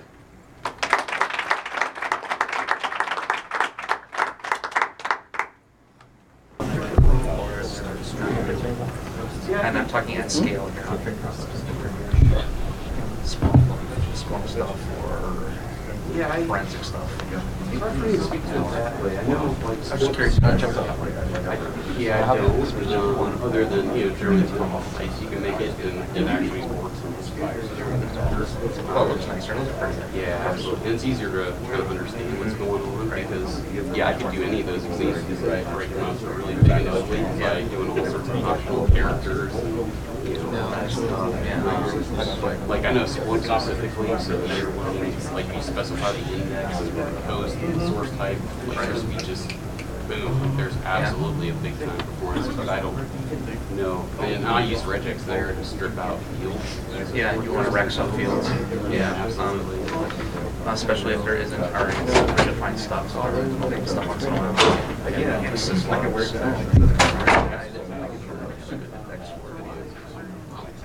fields, you know, so you wreck some. Yep, I do that for the same reason.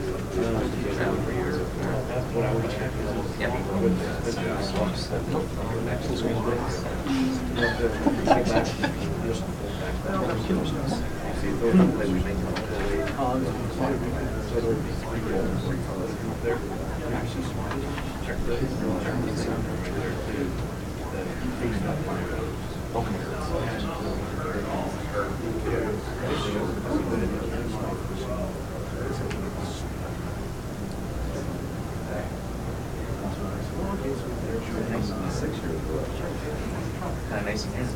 Never sit up there.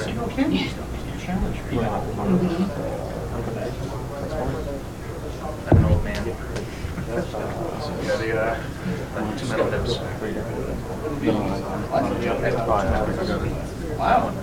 Yeah. Does that make you a hipster or just difficult for you to say? I'm well on my way to being a cyber. I think we should. So when the robot Red Bull Street is also I appreciate that. First with the second. This mic is still tall for me, bro. I got tippy toe up here. You can just push a button in the door. I planned it just because of I really don't want to use a mic. It's good. Okay, there's a phrase.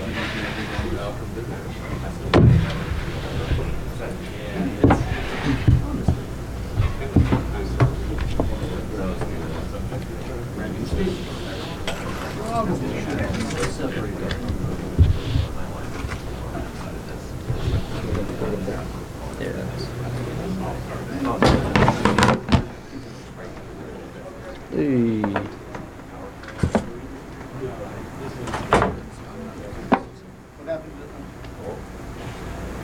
Things finicky a little bit. I had to move it around earlier. I would disconnect to reconnect. You got it. Resume. Right.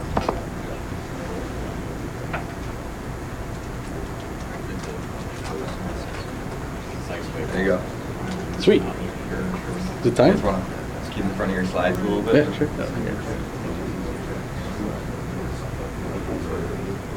Good, good. Okay. I'll try getting on some later. Ready to go? Yep. Hey, everyone. Well, yep. Good. Hey, everyone. Welcome to our presentation. My name is Jonathan Brochet. That's my friend Alton Johnson. Today we're going to be presenting on how to secure your network and best protect and prevent ransomware infections. We developed this talk because of all the recent ransomware in the news, with WannaCry hitting the news and tons of other ones nonstop. We think it's a good idea to go over best practices with you guys. This talk is not going to go over any 0 days, or we're not going to release any 0 days, so if you want that, might want to go to another talk now. However, we will be doing a little dance at the end, so you might want to stick around for that. Maybe, yeah, sure. How about us? My name is Jonathan Brochet. Again, this is Alton Johnson. We both come from a blue team background. I myself did network administration and did some help desk, fixing computers and all the good antivirus stuff. And I eventually moved on and did some incident response at my university, where I led the program and responded to anything like hackers broke in, and we chased the perpetrators down to the source.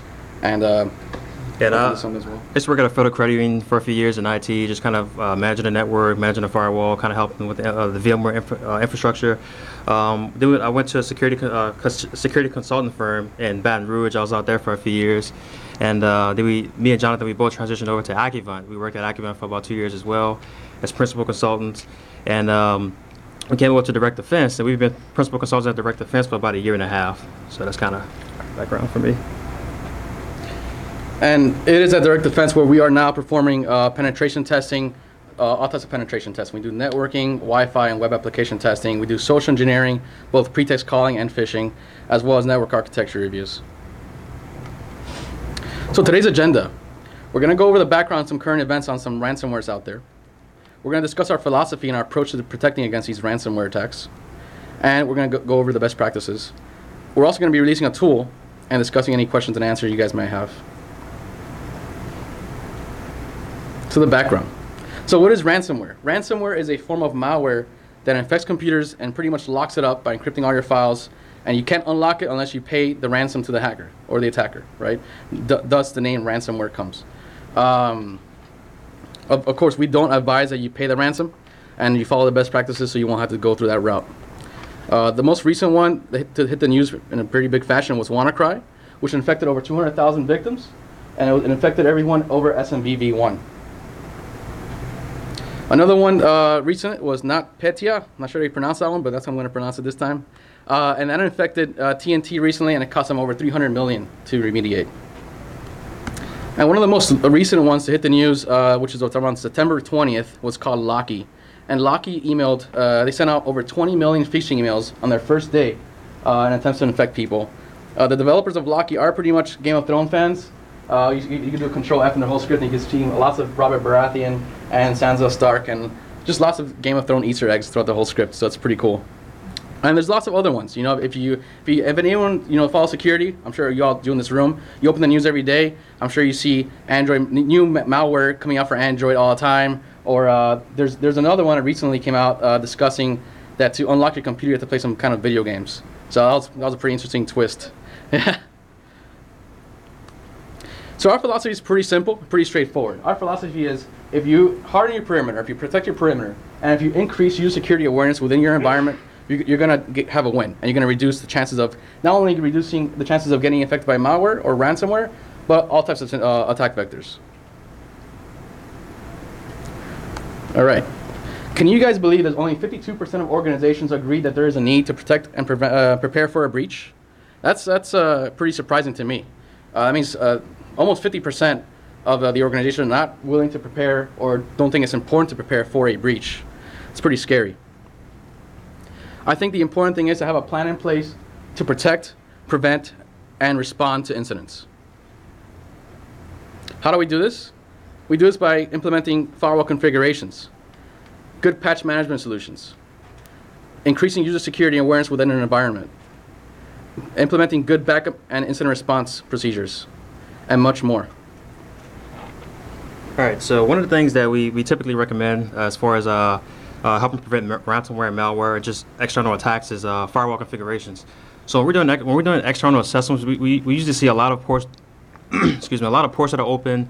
There's a lot of like administrative services, but just basically things that shouldn't be open on the external environment. And obviously, if it's not necessary for business operations, it shouldn't be open.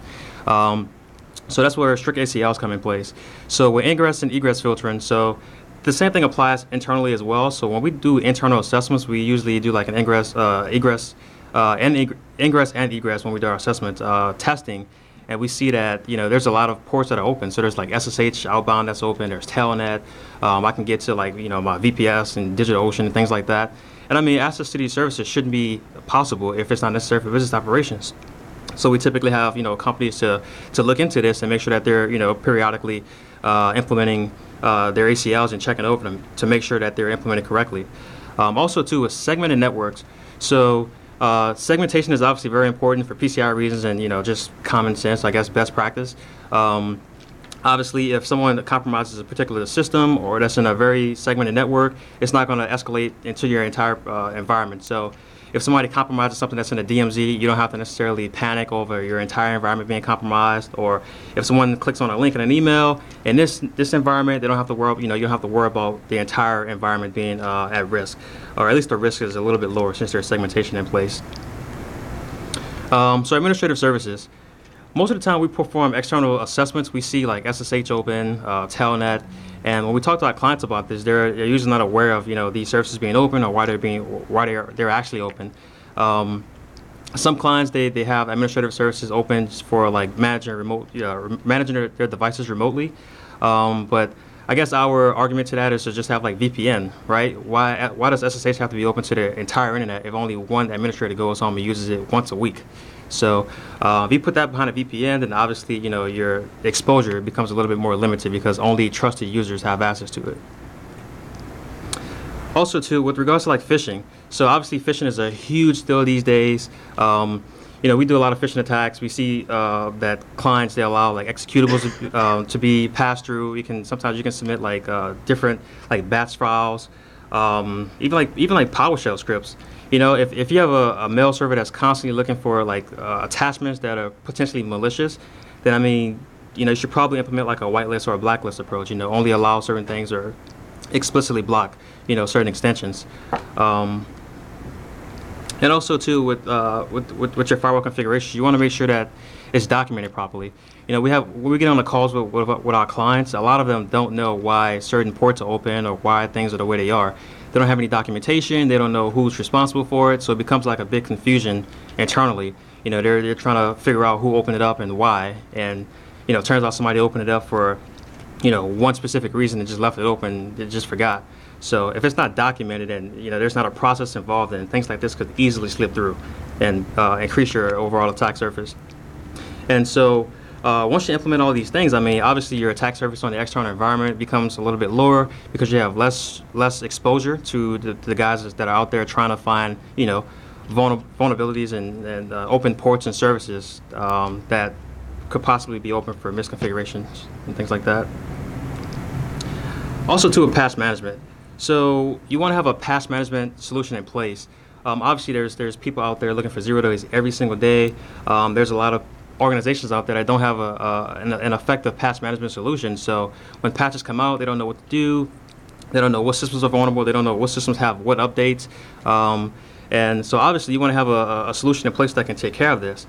Another thing, too, is to make sure that your patch management solution has support for native and third-party applications. So not only just Windows updates, but also if you install like OpenSSH or Apache, that you have a solution in place that addresses any patch-related issues that stem from these third-party applications. Obviously, you want to test your patches. You don't want to just go in and just update patches and break things, unless probably if it's like a big security thing like WannaCry, obviously, like Apache Struts rather. You kind of want to jump on that pretty quickly, but for the most part, obviously, within your patch management solution, you want to have a process to test your patches so it doesn't break anything and make things worse. Obviously, you want to patch frequently. If you don't have a sufficient patch management solution process, you may not have patches that have been applied. You may have systems that are outdated for like a month. And obviously, that's kind of a big deal, especially this day and age. Every week you go to Reddit, there's like a new security issue out or Apache, Apache Struts 2, then, probably next week there's going to be something else out there. But, so you want to try to patch as frequently as possible. That would be, like the best process for your organization. For some companies it's a week, some is 2 weeks. So, similar to the firewall configurations, you want to make sure you have this process of you want to have this process documented as well with policies and procedures. All right, the fun stuff. User security awareness training. So in 2016, 97% of the phishing emails sent out contained some form of ransomware, right? That's a lot, in my opinion. 97%.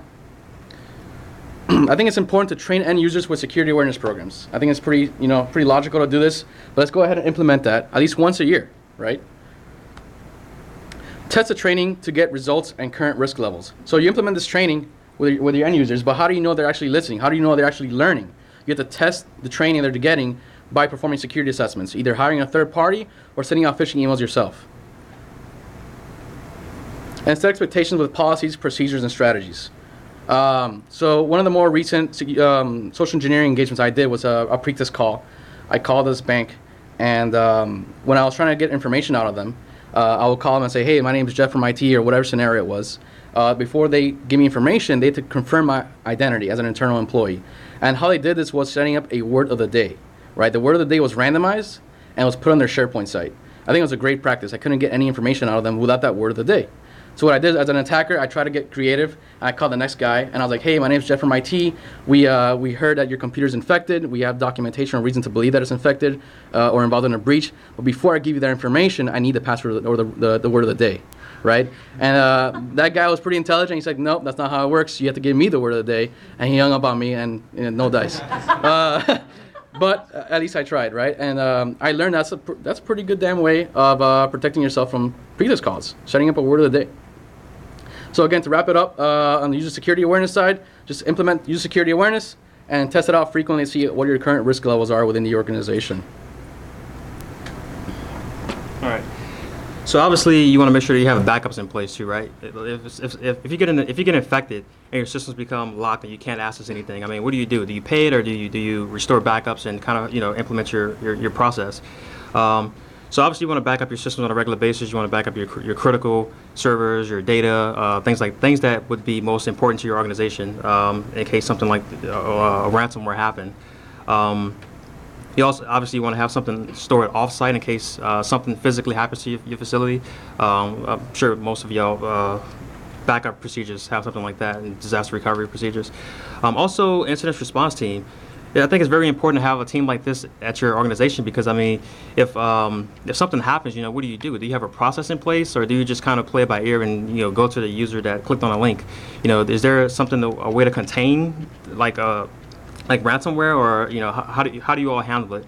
So I think having an incident response team would be a great balance to make sure that if something does happen, you have a way and a team to kind of tackle this issue at the same time.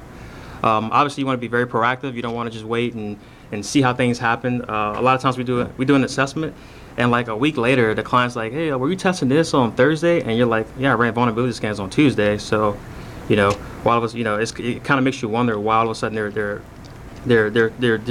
trying to tackle an issue that you probably caused on Tuesday. And you probably haven't touched that system for the rest of the week. Obviously, you want to test these strategies as well. So if you hire a security consulting firm to come out and do, whether it be an internal security assessment, physical test, or even external wireless, I would take advantage of these opportunities and make sure that they test your incident response teams, because if a consultant comes in and he just plugs up his laptop, starts scanning, and you tell the client at the end of the week, I found this, this, that, and and the other, and you have an incident response team, why not take advantage of that? Have the consultant go through phases. Like, phase one, we'll test slowly. Throughout the week, we'll get more progressive. Kind of like that approach. I mean, if you're going to hire a security consulting team, I think it would be very beneficial to take advantage of incident response testing. My turn. All right, so honorable mentions, things that we thought were important, but that doesn't fit our philosophy to immediately prevent ransomware, right? Unless you have a good endpoint protection. So endpoint protection, what do we have? We have endpoint protection that blacklists, whitelists, and are signature based. But we highly recommend the new next gen. Everything's next gen nowadays, but a true next gen technology with behavioral analytics and algorithms. Right? There's plenty of them out there, and if you want some names, just meet us after the conference, and we'll give you some names. Some HIPs and NIPs, right? So host intrusion prevention systems and network intrusion prevention systems to slow down an attacker if the breach occurred and they're successfully in your environment. With all the tools nowadays to easily get domain administrator credentials like CredCrack, MapExec, and now Death Star as well. It's important to be logging and preventing these kinds of behaviors.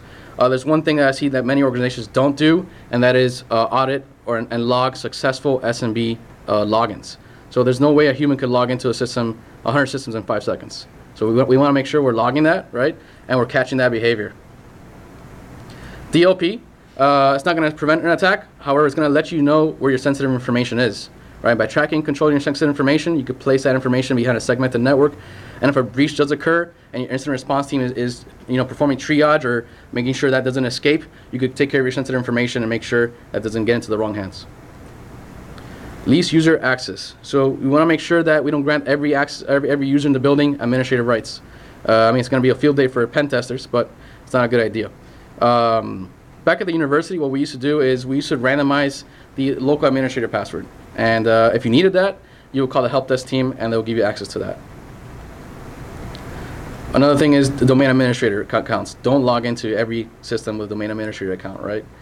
Keep that to high impact or sensitive systems. That way, someone is performing credential harvesting, it is a little harder to get to those godlike accounts. And SIMs, the necessary evil, right? We all love and hate SIMs. SIMs are important, mandated by some compliance frameworks. They're pain in the butt to tune, but at the end of the day, they help with incident response and many things.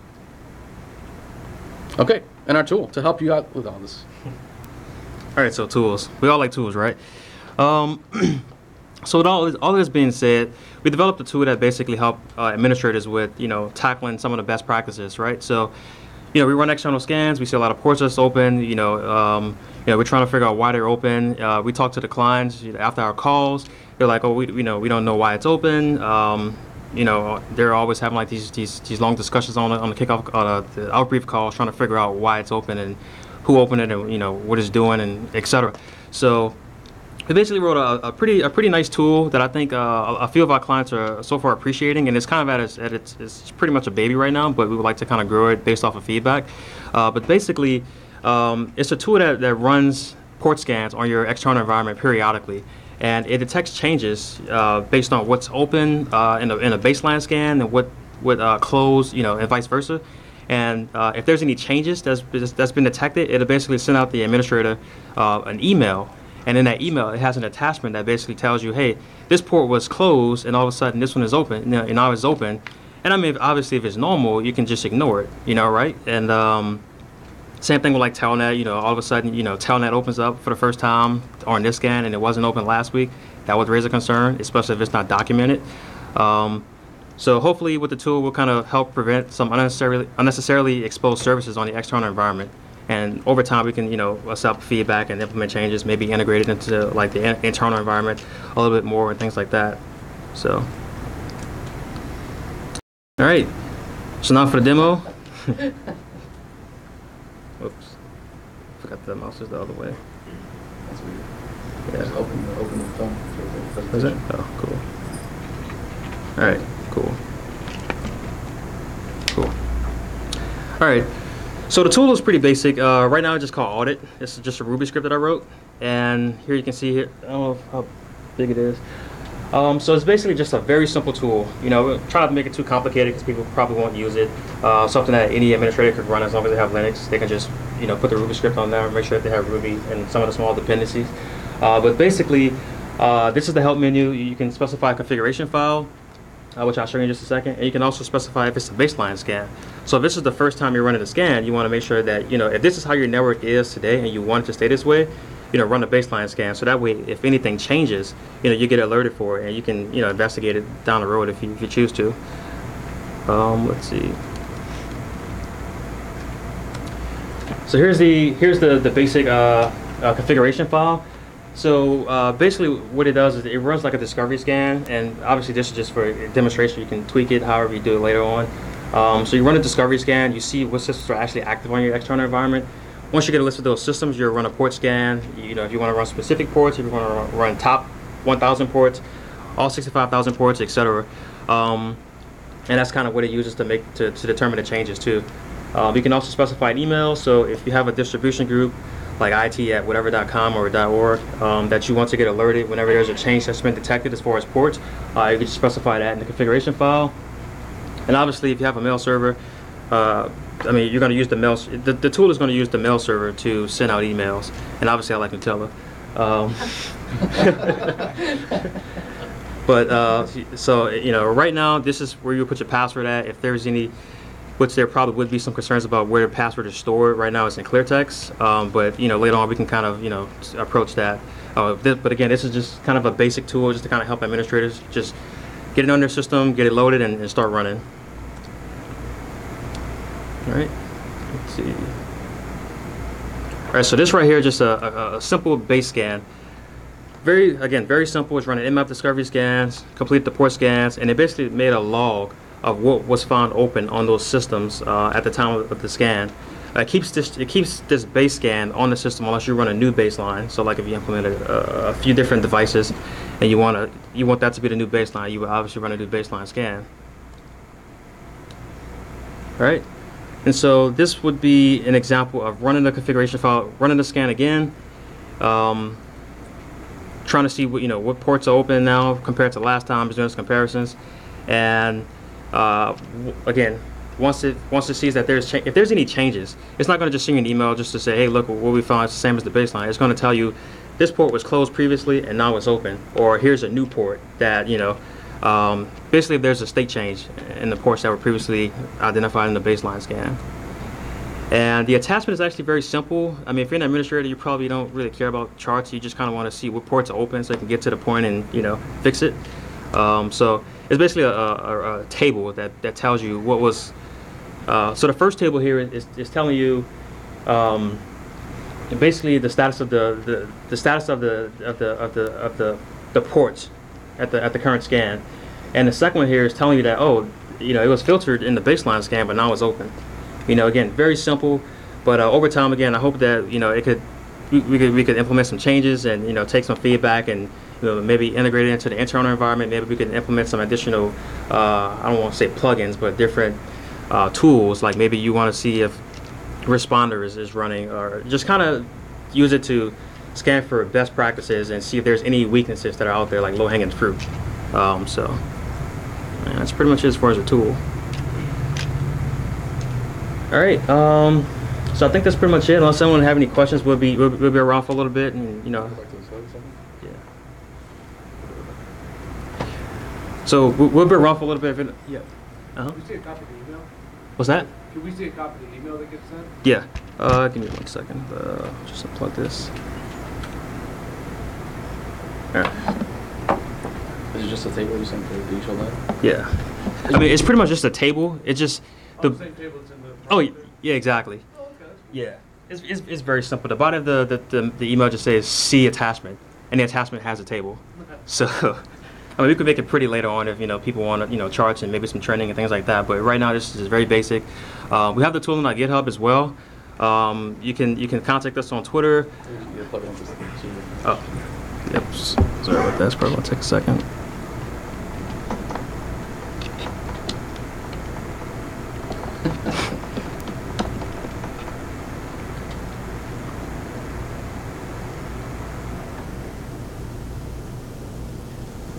There we go. So we have our information up here. You can contact us on Twitter if you have any questions. If you if you have some feedback about the tool, we will absolutely love to take the tool and kind of implement a lot of changes with it. Just hoping that we can accomplish helping you all out with administrating your network and detecting changes and weaknesses, and not have to hire a security vendor to come in and tell you some simple things that should already be known. Obviously you want to hire a security vendor for assessments, but like ports, right? So the tool is on GitHub. If you have any questions, you can contact us again on Twitter, or you can submit a pull request if you're into GitHub and all of that. That's pretty much it. Thank you, everyone.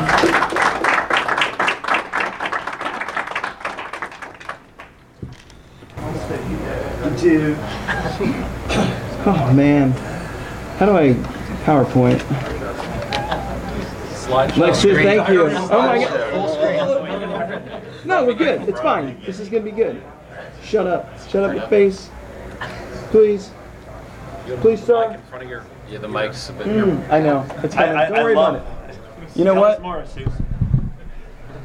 You got 3 minutes though, man. Yeah, I got 3 minutes. It's fine. I'm gonna do like this. Can I hold the mic? Is this a thing that I can do? Is that yes? Microphone check. Start your stand-up. No, yeah. But see, my stand-up thing is the slideshow. It's my whole presentation. Let me get some water here. It's important to be hydrated. Drop that. Oh, hold on. I do need to do one thing. You guys don't need to see this. I still have a couple of minutes, don't I? Like I haven't you have until they close the doors. Oh, is that it? Mom, spaghetti. No, I practice my thing. It's good. I'm slipping.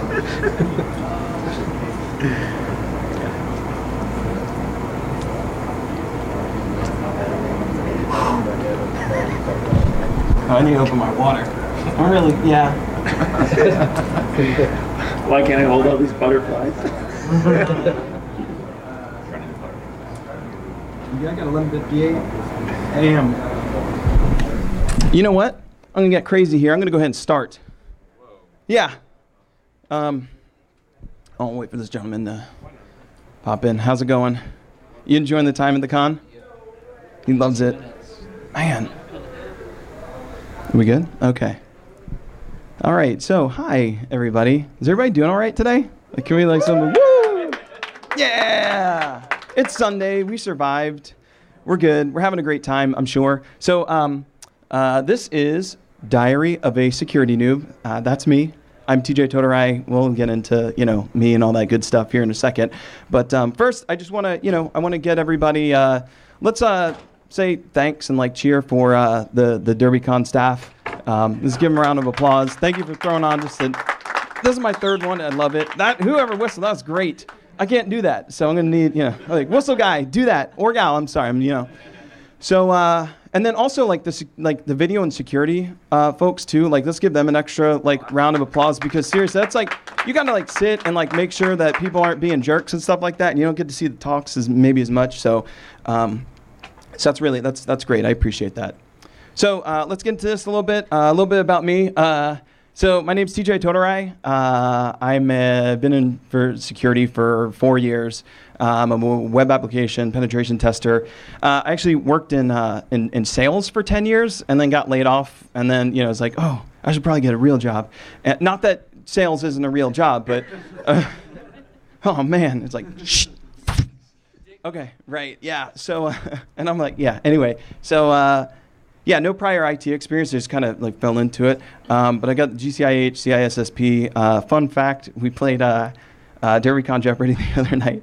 0 of we had a category for CISP questions, got none of them right. So I'm so sorry. 1 wife, 3 kids, and I'm also a gamer. So if anybody plays Overwatch PC, come hit me up. We should totally play together. I don't know, say something. I'm a support main, not a Hanzo main. So, yeah, these guys know. Yeah, these folks. All right, so, and yeah, any kind of views or anything. Really? Ew. Was I leaning this morning? Is that showing his age? Finish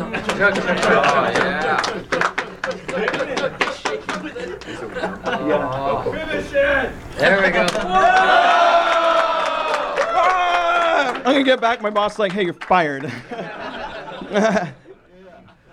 So here we go. I gave this talk at B-Sides Cleveland, and thanks for.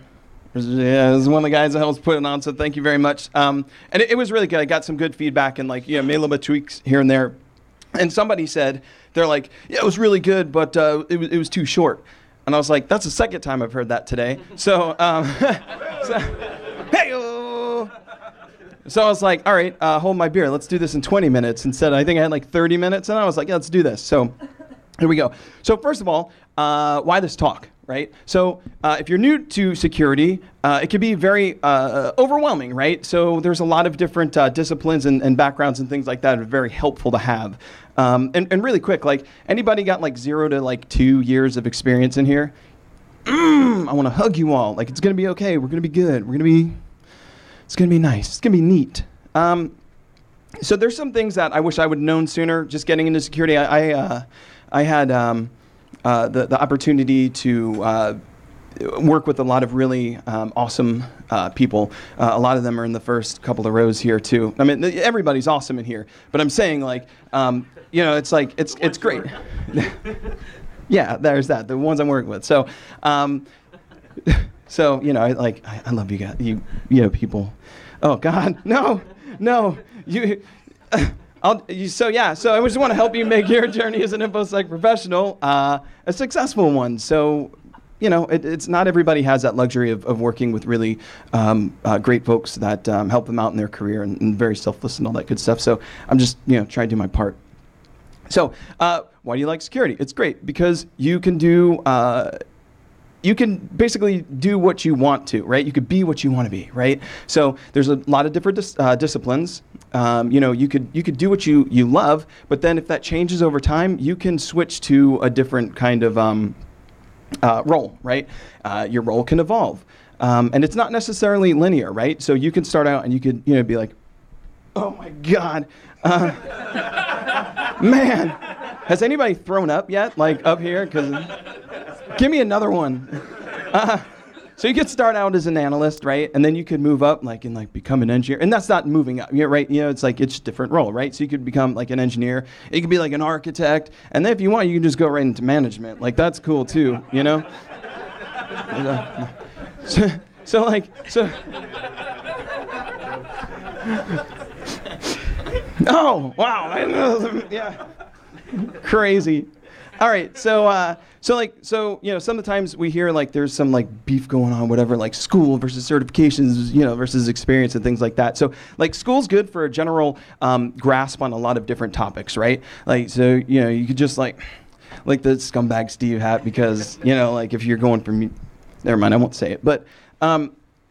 You know, it's good. You get a really good background and stuff like that, good foundational, you know, experience for security that lends itself to it. Certifications are good for like getting your foot into the door, right? So, I mean, there's certifications right now as being like a noob that you can like take. Like you can just like shell out for maybe, I don't know, for like Security Plus, right? So things that'll kind of put you ahead of others because you're showing like that passion and you're kind of like fronting it on your own at, you know, the beginning. They'll become more important as you specialize, but, you know, there's some like basic like foundational ones that are really good. And then, but you know, ultimately there's no substitute for experience. And we'll talk a little bit later about setting up your like home labs and just things you can do with, you know, set the foundation for open source tools, right? That you can, you know, go and be like, hey, I don't have my experience with X tool, but I've got something that, you know, lends itself really well to it. So there's that.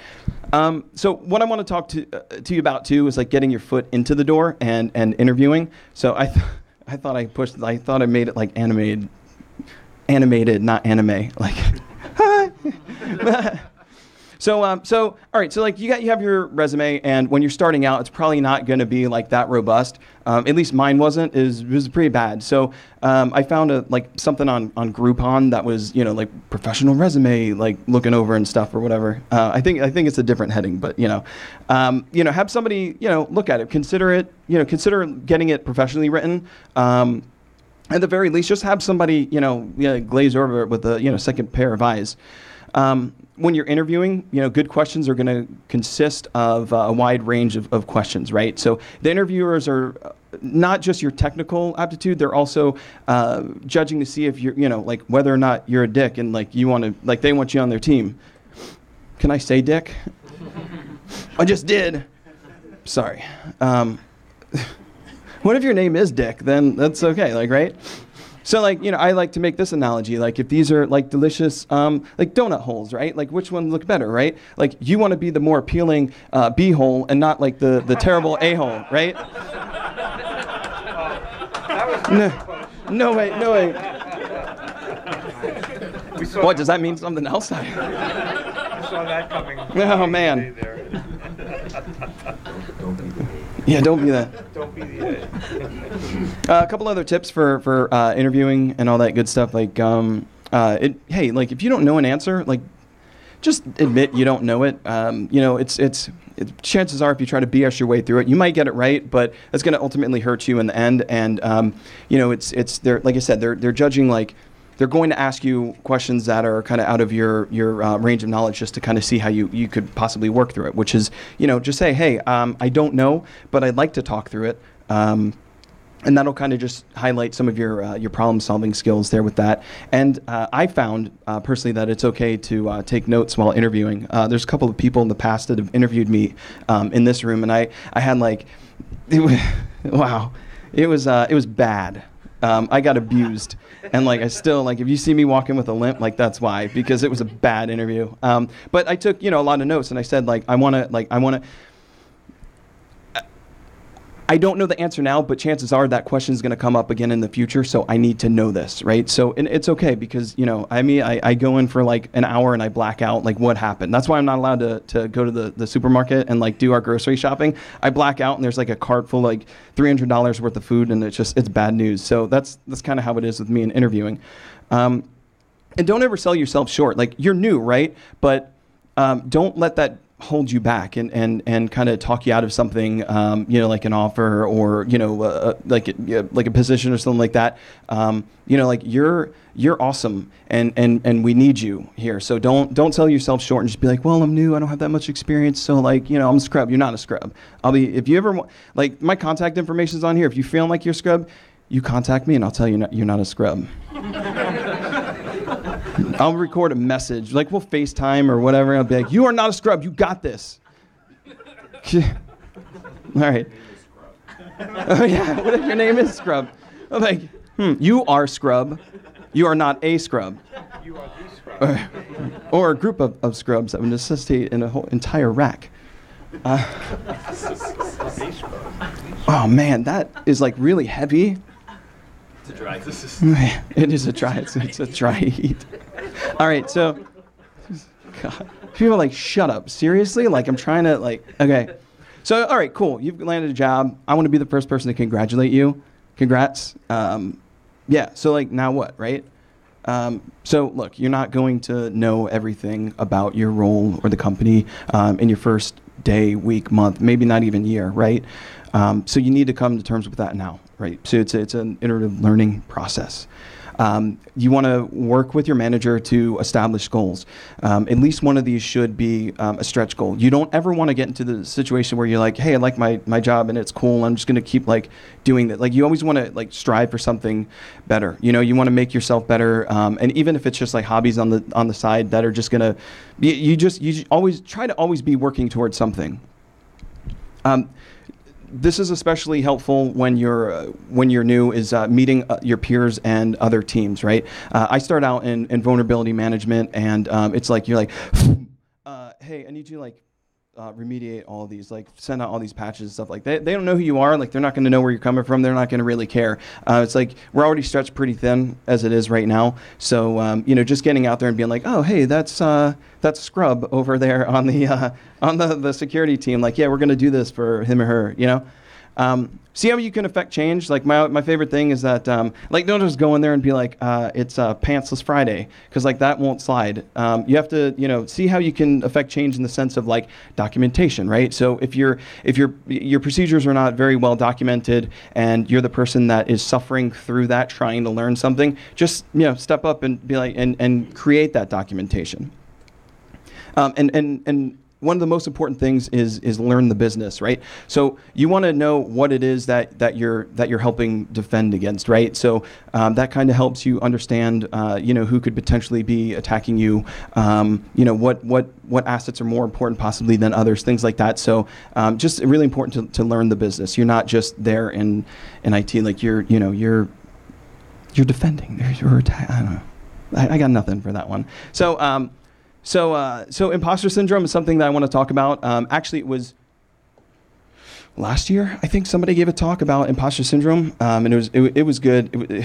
It was so good that I don't remember who it was, but just look it up. It was last year, and I think it's important. There's a blob of text and stuff like that up here, but I want to read it. I think it's important. So, imposter syndrome is a psychological phenomenon in which people are unable to see their own accomplishments, dismissing them as luck, timing, or a result of deceiving others into thinking they're more intelligent and competent than they believe themselves to be. So, it's hard to just sit up here and be like, are there kids? Can I say the S word? Can I say, it's bullshit, right? Oh. Was there a kid here? I'm sorry. All right. So, that's BS, okay? So, it's hard to overcome, right? So we had a quote saying that, I was afraid to speak up or ask questions for fear of saying something stupid, and people would find out that I didn't really know my stuff. Like that's did I say that? Because I felt that, and I still do at times, right? So I think a good way of overcoming imposter syndrome is to look at this, and I hope everybody can see it. And if not, I think it's very important to catch the slides, and if you like, I give you my information. I'll give you this, but this is very important. So changing your perception over imposter syndrome, right? So here is this big blob of what I think that other people know, and what I know is just a little tiny little bit right there, right? So, but the reality of it is that there's a great big blob of what other people know, but there's also a lot of what you know, and there is this overlapping thing. So I mean, it's not, you can't just look at it and be like, oh yeah, I got it, like imposter syndrome, boom, I'm done. But yeah, I think it's really important to change your perception of that, and that'll kind of help you get over it. I mean, I still have imposter syndrome, and I've been in the game like 4 years, like. So it's, you are not alone. Excuse me. So I got a couple tips on overcoming imposter syndrome. I really want this water, but I got to click through. So first of all, is just to realize that it exists, right? So knowing what it is and knowing that like feeling of uncertainty and just like, maybe I'm not good enough. Like I promise you are, okay? Don't ever attribute your success to luck, right? Don't do it. Don't talk about your abilities and successes with words as just like, I merely did this, or I only did that, or simply like, no, like you're doing good, right? So don't. I know it's hard, right? Because you think maybe you got lucky, but you didn't, because you're not that lucky that many times in a row. I could tell you that. Remember that it's okay to seek help from others, and even the best do it. Talk to people here. Like there's a lot of awesome and really smart folks here, you included, for coming to this talk. You know what I mean? No, seriously, like everybody needs help. And then just a thing that I found really helpful is just to keep notes and just periodically review them, just to see how much you've grown, because that's a really good. It's hard to see every day as you're getting better, but when you can look at a snapshot in time, 6 months ago and be like, oh my God, I can't believe I didn't know, what this was or whatever. You can look at it and be like, I'm getting better. It's a really good like personal just kind of development thing just for you. Delicious. So communication. So this is what I want to talk about. Communicating effectively will serve you really, really well in your career. Just get comfortable talking to and in front of others. It's we always hear about the people in IT or whatever, like they're socially, sometimes like we have that shtick that like we're socially inept or anything, stuff like that, and like that's just not true. And sometimes it's just finding your comfort zone, or some people you got to work at it, right? Just get up in front of like a group of people and act like an idiot and talk about your journey as being a noob in security. Like you can do it. Consider joining Toastmasters too. I'm really big on this. I think it's a really good way to just get up in front of a group of strangers and be able to talk about different things. They have a lot of different activities that help you get better as a presenter, and a lot of chapters, if not all of them, will let you go to a couple of meetings without having to join. So go check it out. All right, so mentorship, incredibly important here. Find a mentor, okay? Try to aim for having somebody that's going to be 2 levels above you. It doesn't necessarily have to be anybody in security, but as your first couple of years, try to make that somebody that feels your pain and has been there. Because I think that'll really kind of help you out. You need somebody that you can comfortably ask questions to. Oh my God, I'm sorry.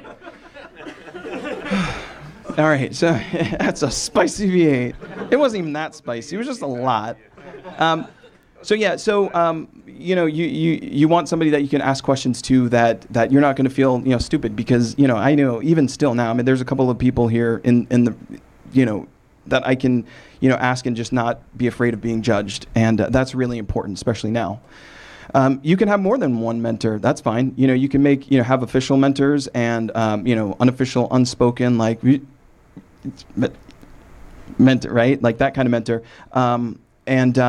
Try for one in multiple aspects of your career, right? You get your security one, you get your leadership mentor. Those are really good to have.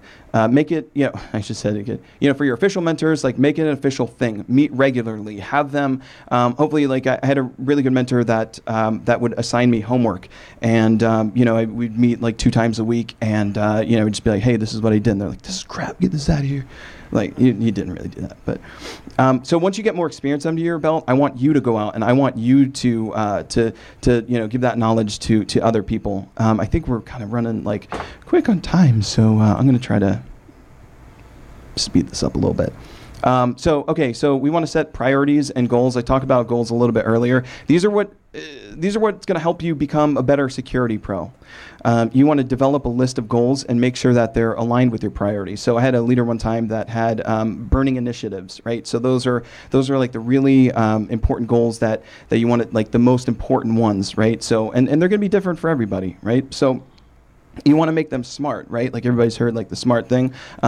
You want them to be specific, measurable, achievable, results focused, and time bound.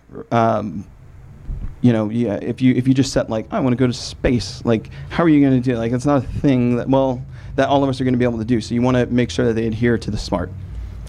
Divide and conquer. Start general and get precise. So, okay, what do you want to do? Like, I want to get a certification. Awesome, good for you. That's great. What certification? Oh, well, all right, Security Plus. That's something that we can all go with right now. So now you're starting to narrow it down. Okay, great. So how are you going to pay for it, right? Okay, that's another thing. You're narrowing it down some more. How are you going to study? When's the time? Like, when are you going to take the test, right? Because if you just set it out, you're going to do it. Chances are it's not going to happen. And just aim to have a clear path to achieving these goals. And they don't have to be earth-shattering to everyone or anyone, just as long as they're important to you. Get out and meet the community. Hey, we're at DerbyCon right now. That's a really good start. There's a ton of other, conferences and things like that, both near and far that you can do to go to. I made those like, boom. Keep in touch with the community. Attend them, monthly meetings, bi-monthly meetings. Keep those relationships going. There's like ISSA, IC Squared, Locksport, OWASP. All those things are really good to meet, like-minded security professionals that can help you just kind of stay in the loop, build relationships, and just kind of help advance your career. I love this one. Okay, so we're going to talk about training really quick. So, a lot of the times we hear training and like my training budget, and it's just not in, the cards for training this year.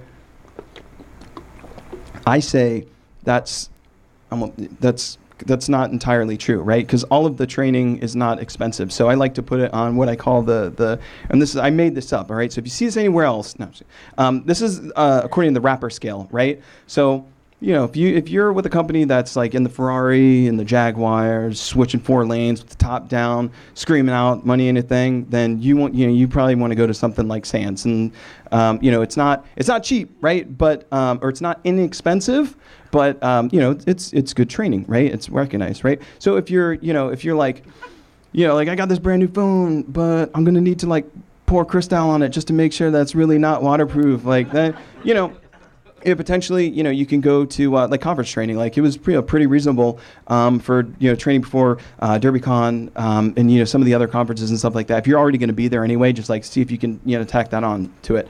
And then finally, like you're like, oh well, I owe $60,000 in rent, and damn it, I'm going to get some training. Like I'm going to then there's like local organizations, and that doesn't necessarily don't correlate the rappers to the types of training, because like Cyber, good stuff. Like the ISSA has like really great local training, for Columbus that really helped me. I'm not just a member. I am just a member. So, let's see if we can do this. This is one of the things I really want to try. So just hang on. So like if you can't make the conferences, no problem. You just go to like Iron Geek site, right? IronGeek.com for recordings of the talks, and let's see. Let's see if we can do it. Hold on 1 second. I want to do this so bad. Oh, it didn't even go up there. That's even better. Okay, I was going to put like the live stream up here. Now, that's a heck of a demo thing to consider. That's like demoception. Yeah, it is. I was going to blow all of your minds, but I need everybody to keep it together here. So it worked earlier when I was messing around with it, but I didn't connect to the Wi-Fi's. So anyway, check with the con site to see if they post the slide deck or tools. Check to see if the conference has a YouTube channel. Like reach out to the presenters. Generally they'll give you a couple of options of getting in touch with them after their talk. And then here's proof. Like here's my LinkedIn and my @Hoshin on Twitter. So you can reach out. Like we'll be pals. It'll be great.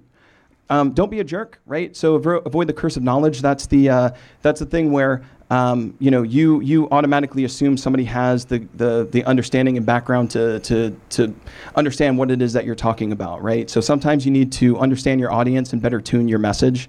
Don't be rude to vendors or recruiters. I know we get like a lot of calls, and some of them can kind of be jerks. Just I would say, like, rather than just being like jerks, like just troll them.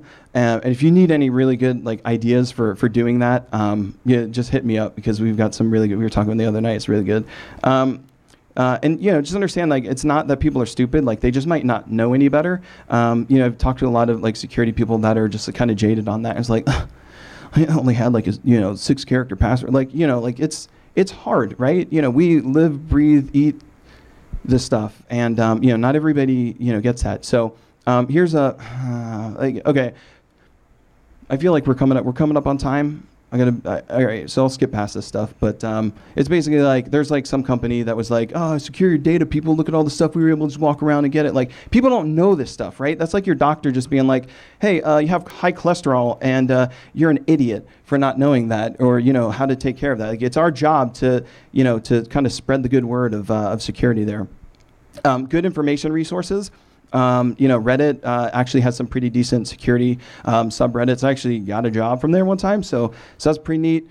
Security Weekly, SANS, ISC, good stuff there. Also, I just want to plug this. A couple of security friends and I are starting up a podcast aimed at people new to security. But hey, anybody can give it a listen.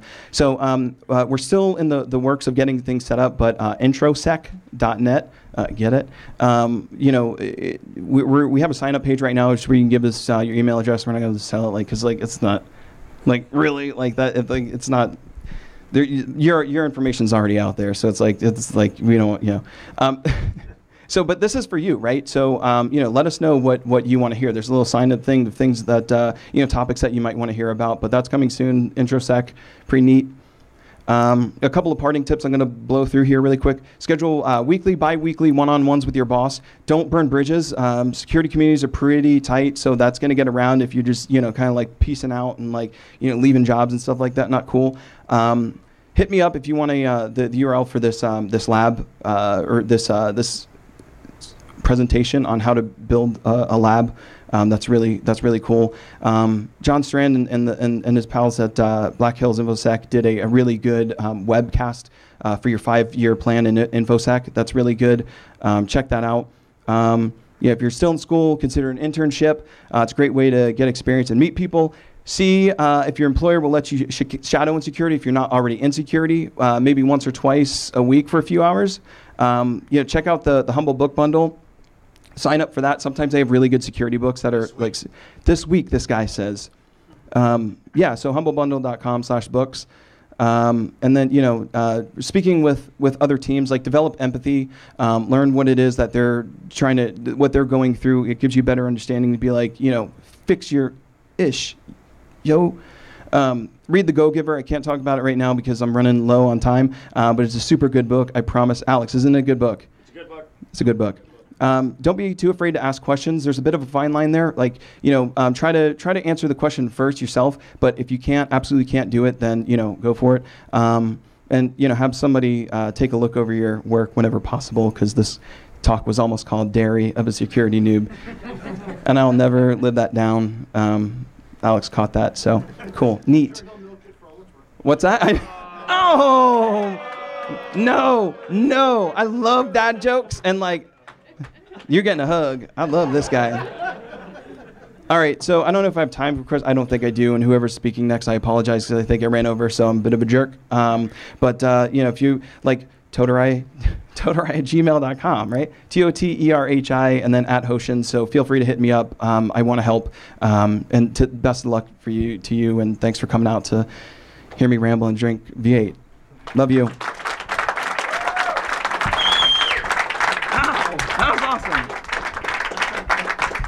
The last guy in the smallest. I think Nick was like, "Who did you piss off to end up in this slide?"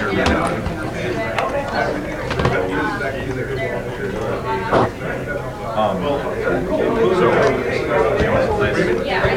coffee. I still have this much left, but as I took a swig, I got a nice full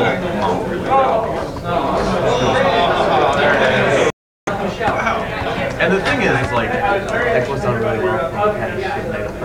shoot, look, I brew some mean stuff. So it is uncommon for me to like pick grounds. But when they're my grounds, I'm kind of okay with it.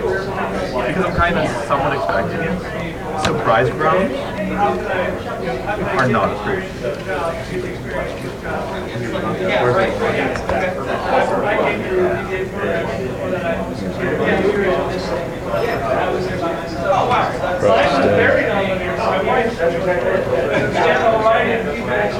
I read the comments in Mad Magazine.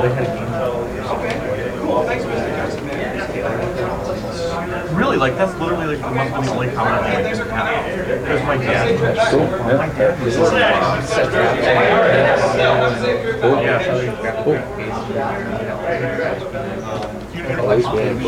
You know 7 Mile Bear, right? Yes. So me and my dad, we go to 7 Mile Bear, and we would just buy nothing but like Argentina stuff. Like, dude, we had I had a stack. We had a stack of 5 quarters that was like this big. Yeah. A lot of them, you know, Art, you have to keep it over these or something, or they started getting smart like page 4. So you have the ox. That was later on. Yeah, they did that in the Sierra games. So yeah, they'd be like, okay, I'll let them look back into the Wizards. All right, cool, thanks. All right. So we're pretty much good. Good to go over there with you guys? Cool. All right. All right. How y'all doing? Woo! Oh, that's very energetic for Sunday. You get one after- move. Yeah. Only one move. That's good. Yeah. Well, thank you guys for joining us. I know Sunday noon talks are hard sometimes, so we appreciate you guys sticking around. This is Spy vs. Spy, tips from the trenches for red and blue teams. So we'll go ahead and get started. So a couple of things that we're going to be going over today. We're going to go through a few pretty common but still pretty effective attack scenarios and kind of show a phased approach for those attacks. So we're going to talk about the basic attack and then what the defense might look like for that, and then how you kind of ramp that attack up a little bit, back and forth, so on and so forth, kind of demonstrate that cat and mouse nature that we often see between offense and defense. So a little bit about us. All right. So I'm Thomas McBee. We're on Twitter at Tifanis. I'm a security or a senior analyst with Secure State, primary for defense. Yeah, it's my primary responsibility. I'm Jeff, Jamcut on Twitter, also at Secure State and primarily responsible for the offensive side. So before we jump right into the scenarios, how many of you are familiar with the NIST CSF? Mentioned a couple hands going up. Cool. Okay. So if you're not familiar with it, I'm not going to get into like great level of detail about it, but just understand that it's a framework for managing cybersecurity risk. These are the 5 phases that it kind of goes through, and you can kind of see that you can pretty easily break those 5 phases up into 2 groups: proactive and reactive. One second, guys. One second. Oh, yeah. Microphone is, excuse this audio gap, but. Gotcha. Whoops. Do I go back a slide? Is that better? So, number 1, if you're going to stand away, please use that. Okay. Or pass. Okay. And this one, I just needed to be out, so it was behind here, which. Thanks very much. No worries. Yep. Sorry about that. Okay. So we'll go over this again real quick, but basically these would be the 5 phases of the NIST CSF, further broken down into 2 groups: proactive and reactive. So we're going to talk about, through this conversation, a couple of different phases here and kind of look at different ways to maybe consider your defensive strategy. So the protective defenses would be things that you do to limit the ability to be breached, right? So these are things you're going to do up front to shore up your defenses, make yourself stronger, kind of the classic, harden the perimeter sort of things. All kind of proactive. And then the detect phase would be what you can do after the fact if a breach does occur, how you can determine that a breach has occurred in a timely manner, and what you can do to respond to that. So those are kind of the 2 classifications. So with that out of the way, the 3 attacks that we're going to be covering today, everyone should be pretty familiar, but phishing, malicious devices, and password attacks. So we'll jump right into phishing. Like I said, everyone's probably aware of what this is by now, right? But social engineering, specifically through email, there could be any number of different results. Most often we're trying to capture credentials or maybe trying to get a shell on our target. And like many other things in information security, it's often associated with very bad stock images. All right, so for basic defenses, when it comes down to phishing and phishing awareness, is basically going to be your user awareness training. A lot of times what we see is like normal training campaigns are using way out of date material. You know, we're all pretty well familiar with the Nigerian prince scams. A lot of people still actually use this in their user awareness training. So let's quit utilizing those type of images. Let's start thinking like an attacker would, or red team it yourself. Start thinking critically about how you're going to train your users up by using real world scenarios. Also, up your game when you're doing this. Don't water this down for your C-stack.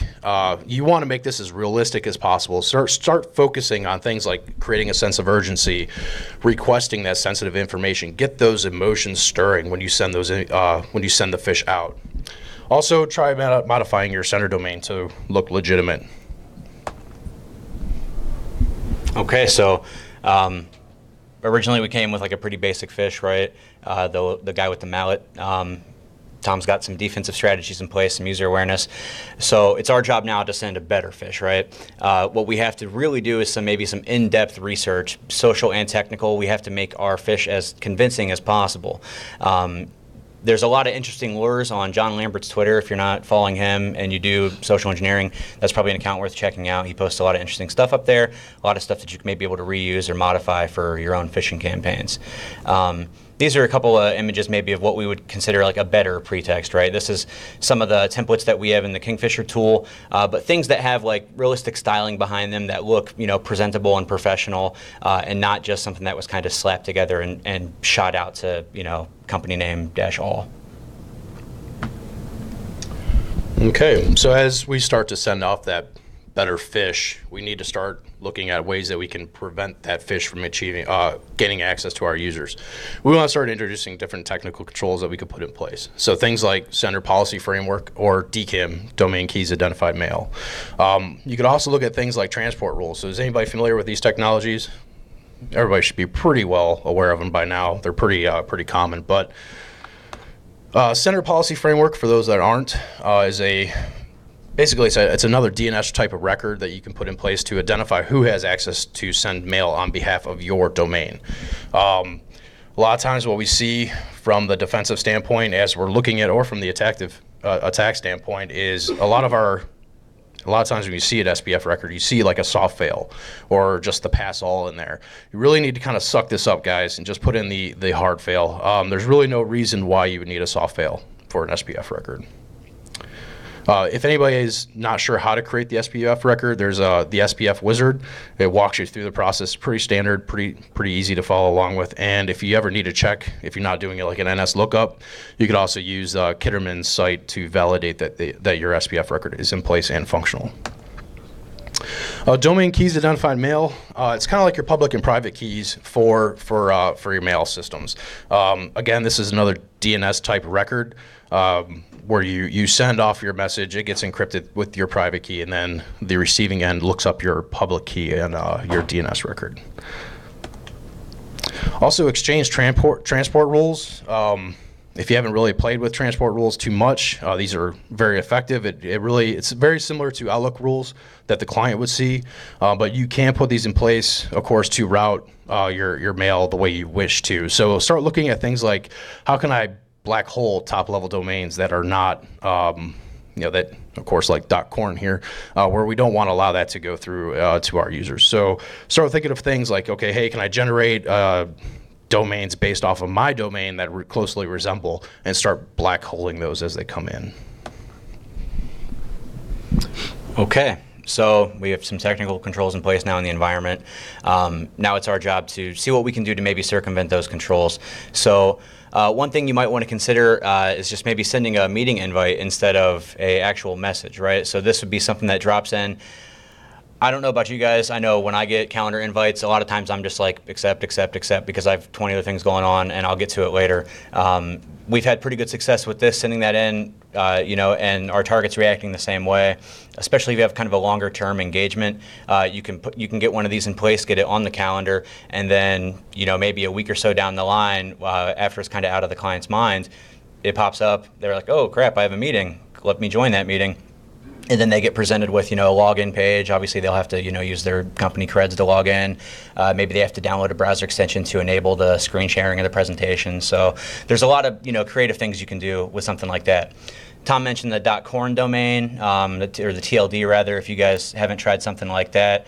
Obviously, the technique here is that it looks like COM at a first glance, but it's not. So a lot of times you have good success getting that into the environment if it hasn't been black holed through a technical control. You can also use some other tools here. So a couple links that are up here is expireddomains.net and Who Is Your Daddy. So here's a screenshot, which hopefully you guys can see at least a little bit. But basically, expireddomains.net, you can search for a keyword, and it'll come basically with a list of domains that have that word in it that have been expired.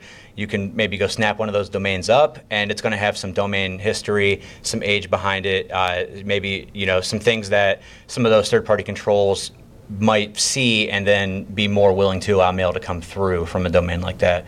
Who Is Your Daddy is kind of similar. It'll search for, take a list of domains and show you ones that have expired or will expire soon, so you can be a little bit proactive about it. Do those check to see if the domain has been blacklisted already? Because you wouldn't want to purchase one of those that has it. Right. Who Is Your Daddy does not. Sorry. So the question was, do those tools check to see if the domain has been blacklisted? Who Is Your Daddy does not. I know because I wrote that one. The expireddomains.net will give you a spam score on the domain. I don't recall if it'll tell you if it's been explicitly blacklisted or not, but you can get the score and kind of react accordingly. Nice thing is you could always just check the RBLs by a spam host or something else to see. Okay. So the next step, kind of introducing those, actually after we've already taken care of user awareness training, we've introduced our technical controls. We really need to just kind of start passing the risk off to somebody else. And this is where your third-party controls really come into play. Things like Microsoft's Advanced Threat Protection and Mimecast. I know there's been a couple of talks over this weekend that kind of talk to how these third-party controls work. There's some bypasses, but it's always good to kind of layer that technology on top of each other, really give you that detection type mechanism in place. Microsoft's Advanced Threat Protection and Mimecast as well, they both do very similar techniques where they look for suspicious content. They kind of put that into a detonation chamber to see how it reacts. They also check for things like when's the last time when was the domain registered, how long has it been active, what kind of content's being passed through to the domain itself. So anytime you can kind of pass that risk off, you're going to be a little bit better. Okay, so finally our best attack, the shark with the laser. If we're still intent on getting a payload into the environment, maybe for an attack like this, and we've got some more advanced technical controls in place, things that are going to be inspecting attachments real time and making determination based on their activity. You could use some sneaky payloads, right? So you might obfuscate your payload to break signatures or detection-based rules. You could encrypt your payload. You key it to a specific user or domain. The key gets pulled from an environment variable. When it lands, it decrypts and executes. So, I mean, this has been talked about a few times before, but if the sandbox is running your payload, it's most likely not domain joined. So when it pulls the domain environment variable, payload doesn't decrypt correctly, therefore doesn't execute. Everything looks good. We get to get delivered to the inbox. When it runs on the user system, the domain's correct, it decrypts correctly, you get a shell. So some things like that are some ways that you can get that payload in. You could also look at maybe hosting the payload online and delivering a link instead of actually delivering an attachment in the mail. That has added benefits as well. It all depends on the scenario. Okay.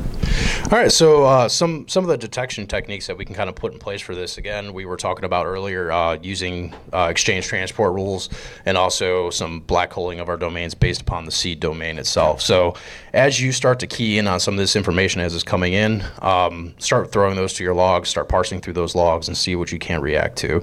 Anytime you can kind of do that aggregation across the logs, it's going to be better off for you. Cool. Okay, so first attack down, on to the next. This is malicious devices. These are media devices that are used to entice users to plug them in and compromise their own system for you. Usually a USB device at this point. Way back in the day, they used to rely on auto-run attacks, but that's pretty much gone now. Basic attacks at this point in time are going to typically use maybe Microsoft Office files with a macro in them, or maybe just a straight-up executable payload on the flash drive itself. Okay, so this one here is pretty stock standard, right? It's been around for a while, disabling things like auto run and macros for the end users themselves. Microsoft's got some great group policies, walkthroughs on how to do this, especially with Office 2016 now. This link in the slide here really kind of speaks to blocking out the macros from anything that's coming in from the internet to the user's inbox. So if you get a chance to look at the slides later on, definitely check out that walkthrough. It's very good. But basically, using group policy objects to just denote who and what macros are allowed to execute based on where they're coming from. All right, so if we're going to stop, auto run, we're going to stop macros. Maybe as an attacker, it's time to just stop with the executable payloads in general, right? So maybe not something that they just double click on and get owned, but something else, something different. We'd say maybe go with a HID attack. If you're not familiar with that, that's a human interface device. A lot of options to perform this attack. Probably the most classic example is the rubber ducky. Bash Bunny is kind of the new hot one right now. A couple other options as well. But basically, this is a device that you plug in. It's going to act like a keyboard, and it's going to start typing out commands and keyboard shortcuts on your behalf. Probably going to run like maybe a PowerShell one-liner or some other type of command to download and execute a file. All right, so how do we start blocking this kind of attack vector? This is where your user awareness training is really going to come back into place. So we are kind of put in some of the technical controls ahead of time to try to prevent some of that, but really this is where you need to really speak down to the user's level. Start looking at it as how is this going to affect the end user in their current environment, right? If you can't make them understand why this is a risk for them, they're never going to take that training seriously. So you need to really sit down, focus, say, okay, hey, in accounting, you process accounting type information, right? That's all our financials. It's how the money comes in and out of the business. You probably should be a little bit more aware of what's going on. So don't plug in those devices. You can also start doing other technical controls like control the device installation based upon the device class. There's a couple of other good walkthroughs on MSDN on how to do this, and they also have a list of available class devices where you can start blocking those out through group policy objects. Okay, so yeah, right. Probably don't do that, but that's kind of the point. We're using that rubber ducky as an example here for this. Tom's trained his users now. They're not trying to plug in just random devices they pick up off the ground. So it's our job as an attacker to make that even harder for them to resist, right? Maybe they're not just going to pick up some, unassuming flash drive, but if we can kind of sex that up a little bit and make it harder for them to resist that, we might have a greater chance. So walk through a couple images here, but this is a standard rubber ducky. If no one's ever used one, you crack it open, there's the little PCB inside, but it's pretty unassuming, pretty generic looking flash drive. However, how could we spruce this up? Well, there's a company called FlashBay. I'm sure there's many others like it, but they do, branded USBs for marketing and promotional giveaways and things like that. But they're actually super helpful. If you call them up and ask for a demo kit, they'll send you this thing, and it's got a lot of the different form factors with the company logos and stuff on there. Side note that the flash drives that they'll send you are not actually functional, but it's pretty easy to just crack open the housings on them and stick your own PCB inside. So, next slide. That's what we've done here. We've taken one. That's the stock ducky on the left. And as you can see, it was just a little bit too wide to fit into this housing.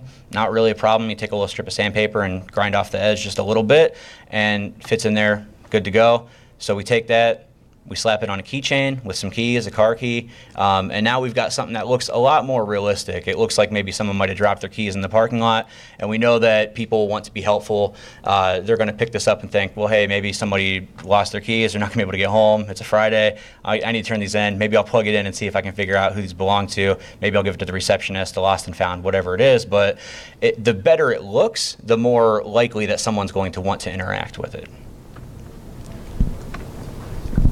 Okay. Anybody here try to standardize hardware yet across your organization? No? Awesome. Hey, I don't blame you. It's hard. I mean, this is something that's very hard, but this is a great technical control that you could put in place. Oftentimes what we see is larger organizations who have the budget, who can constantly get the same type of hardware, have so many resources available to them, but yet they can't get this done because they have so many resources available.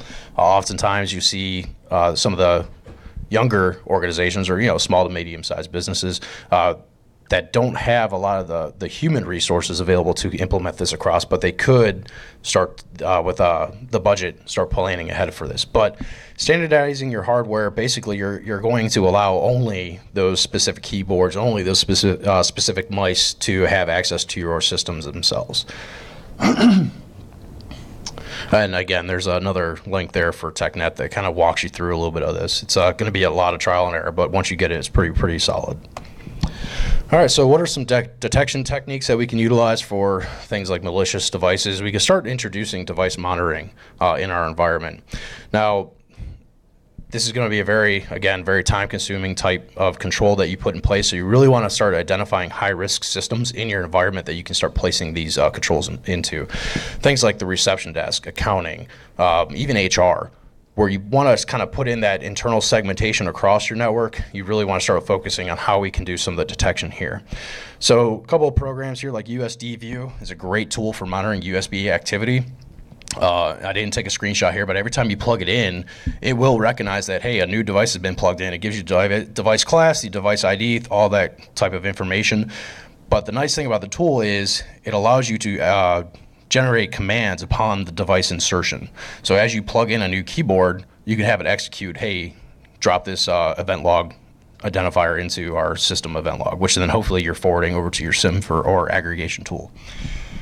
You could also make use of PowerShell. A real quick little blip here for it. Go through WMI. Check out your Win32 keyboard class. I don't know if you can really see that screenshot there, but as you continuously monitor this, you want to watch for those changes. So as you dump in this out to like a database or another log file, you want to see if there's any changes, and if you do, alert through your SIM that way. Okay. So onto the third attack here. This is passwords. This is one of the most common attacks and one of the most successful ones, right? Because we're using valid user credentials for nefarious purposes. So this has a huge attack surface. When we're talking about internet-facing systems, this is essentially anything that ties to Active Directory. That's going to be the most common targets, and obviously because you usually have the highest payoff when you're going after those. Passwords obviously can be compromised in several ways, right? You could guess them. We're going to focus on that here with, maybe summer 17, maybe, fall 2017, something like that right now. You could have a hash that you've obtained in some way, maybe from a public dump that you've cracked, but ultimately you're going to use the actual user's credentials to perform an action as that user. All right, so what are some of the basic defenses that we can have for passwords? I know it's no longer the draft. I updated this in my other slide deck, grabbed the wrong one, so I apologize. But it is in revision -3 now, so 863-3. But this is where they really start to talk to which and how you want to apply your password policy. So really, again, as we've been saying it for how many years now, let's start focusing on password phrases instead of passwords. They are complex, easy to remember, and as you can see here, I'm a DerbyCon fanboy. That's a 25-character passphrase. That's pretty complex, but it's very easy to remember. So I can quickly type that in. I've seen a couple of organizations utilize this recently. It has some really awesome passwords. It was kind of funny. But yeah, the more you push this out, the more you talk to your users, the better off it's going to be. Okay, so I don't know about you guys, but I think that guy with the 25-character passphrase with like 4 complexity types, he's probably an overachiever, in all honesty. So most organizations that we see are sticking with the the Microsoft recommended 8 characters with 3 complexity types, and that's kind of where their baseline is. So as an organization, when you think about increasing, what happens is a lot of times someone will make the decision, well, we'll just bump it up a couple characters, we'll make it a little bit harder. The problem is when you're guessing passwords like that, so we say we go from 8 characters to 10 characters, well now I'm going to guess summer 2017 instead of summer 17, right? So what happens, we do that, we come back next year, they say, oh, the passwords weren't strong enough, we'll bump it up again, we'll go to 12 characters. Well, maybe this is like a contrived example, but company name 1, right? So we still are able to guess passwords, and you kind of iterate over this over and over again, and as an organization you're like, well, apparently it's not strong enough, we'll just keep making the password stronger. Ultimately, you keep bumping it up, people are going to still find passwords that are guessable, or even worst case scenario, you have accounts that are set to never have the password change, service accounts and stuff like that aren't getting these updated password policy requirements when you change them, and so we can still guess the username as the password and get in a lot of times like that with some old account that people forgot about. So you can go back and forth between red and blue, password length and complexity, but ultimately you reach a decision, and that is? We're going to start looking at different things like multi-factor authentication. Again, you're going to have to really take a risk-based approach on this type of technical control and identify where you can apply multi-factor authentication. Where does it make sense? So maybe things like OWA, RDP, VPNs, of course. Anything that you're going to have that's externally facing that you can add this additional layer in is going to be best. That's where it's going to be best implemented. And again, that's going to really determine how you do the implementation for multi-factor authentication. Internally, we've seen some additional steps for multi-factor inside, maybe doing things because since you can't really control SMB activity, you can't put another form of authentication around SMB, but you can do things like, hey, can we PGP encrypt this drive and then set up those keys against those? So identify your high-risk data, segment it off internally, and then apply those controls around your data. Okay, so from the attacker's perspective, like Tom said, they've deployed multi-factor auth at this point. But I got to be honest, as an attacker, when we come up against multi-factor auth, a lot of times that kills our ability to get into whatever service that is protecting, right? So most commonly we see this on a VPN, rightfully so. So as an attacker, you have to look to other places. Like Tom said, you can't deploy it to every single service at once. That's expensive. That's time consuming. It's prone to errors. So it's up to us as an attackers to find where the weak spots are still. So look at things like file sharing applications. Look at things like Link or Skype. OWA is a huge target and one that we don't see multi-factor deployed on very often. If you do have access to OWA and there is a multi-factor on the login page, you could still look at using a tool like Ruler to gain access through another protocol like MAPI or the RPC interface that doesn't have that multi-factor authentication enabled. And then from there, you can obtain a shell or send a message as that user, an internal phish, and just kind of expand the breadth of your compromise at that point. So it's really about identifying where your target has not been able to deploy that multi-factor auth, and then specifically drilling down on those services. 3 minutes. All right. All right, we'll probably run through this real quick. We only got 3 minutes left. So detection techniques for these for login and authentication. Anybody here familiar with NetLogon or using the diagnostic tools? Awesome. So enabling the NetLogon debug mode allows you to really track failed network authentication, things of that nature. So as the attackers hit you with a phish, they gain access to the environment. This is going to help you pinpoint where that's actually originating from inside your environment. NLTest is the tool that you want to use, and there's a DB flag. Watch how quickly this thing fills up for the logging aspect. It does fill up very quickly on your domain controllers. All right, so as part of this, we kind of walk through and you start to see that, hey, there's a lot of trending that's going on here. And what you really see is, again, a major focus on user awareness training as well as technical controls. So it's kind of where that bounce back is around the whole slide deck itself, but really focusing on that user awareness training and talking to your users and go, hey, this is why risk applies to you. is what you're really seeing here. A lot of this all kind of falls back into our protect phase back in the CSF itself.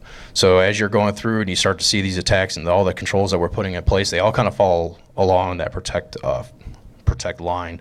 You really want to start focusing on how to detect these types of attacks. And just want to run through it real quick just so we can kind of get some questions if you guys have any questions. But again, thanks to the DerbyCon organizers and Emily for putting together our slide deck. But that pretty much wraps it up. Does anybody actually have questions? I would love to have a little bit of open dialogue. Yeah, we can have them outside. If anybody has any questions, that'd be great. Okay. Cool. Hey, thanks, guys. Appreciate it. Yeah. We've basically been doing like a bit of password practice on quite well, so we kind of know what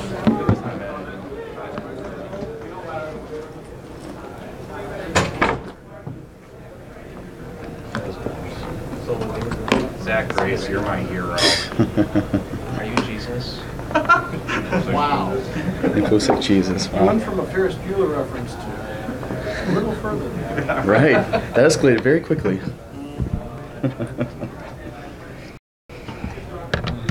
It's Sunday, right? Right. That it is. At least.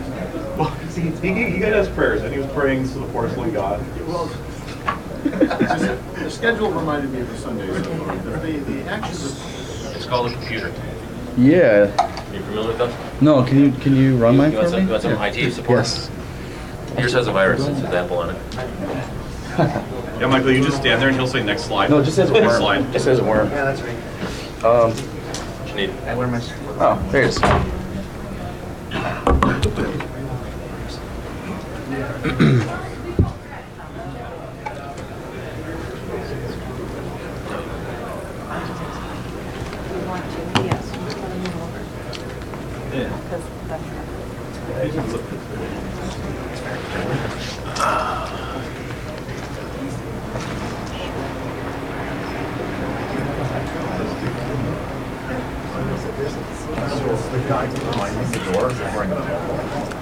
Oh, yeah, I got it. Oh, did you? Okay. I didn't know if you were like, you guys need to stay. In honor of your really cool. Congratulations.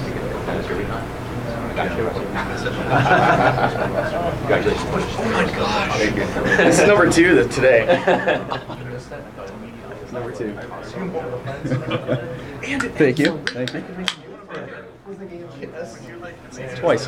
Dave got me earlier. Because I'm an old man. All I gotta say is, at least they're not hot. Thanks. Thanks, buddy. Show up. And they were, and they made so many. Or honestly, wrist rockers. Like, so my brother bought my son a wrist rocker. Because he's the cool one. Because he's the cool one. So when we do our next drop, I'm just gonna bring a quick wrist rocket. Yeah, I should be. Literally handed it again. 640 by 480. I was trying to make it big enough so you actually see it.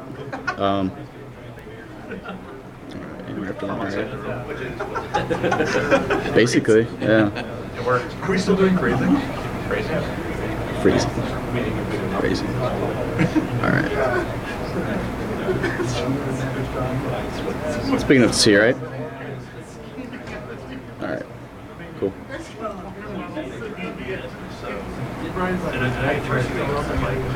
Good. All right. Are you doing that willingly? All right. Number 2 today. Hey, how's it going, guys? You made it to the last talk at DerbyCon. Congratulations. You should get like a challenge coin or something like that. So, talk is called Change Me, a better tool for hunting default creds.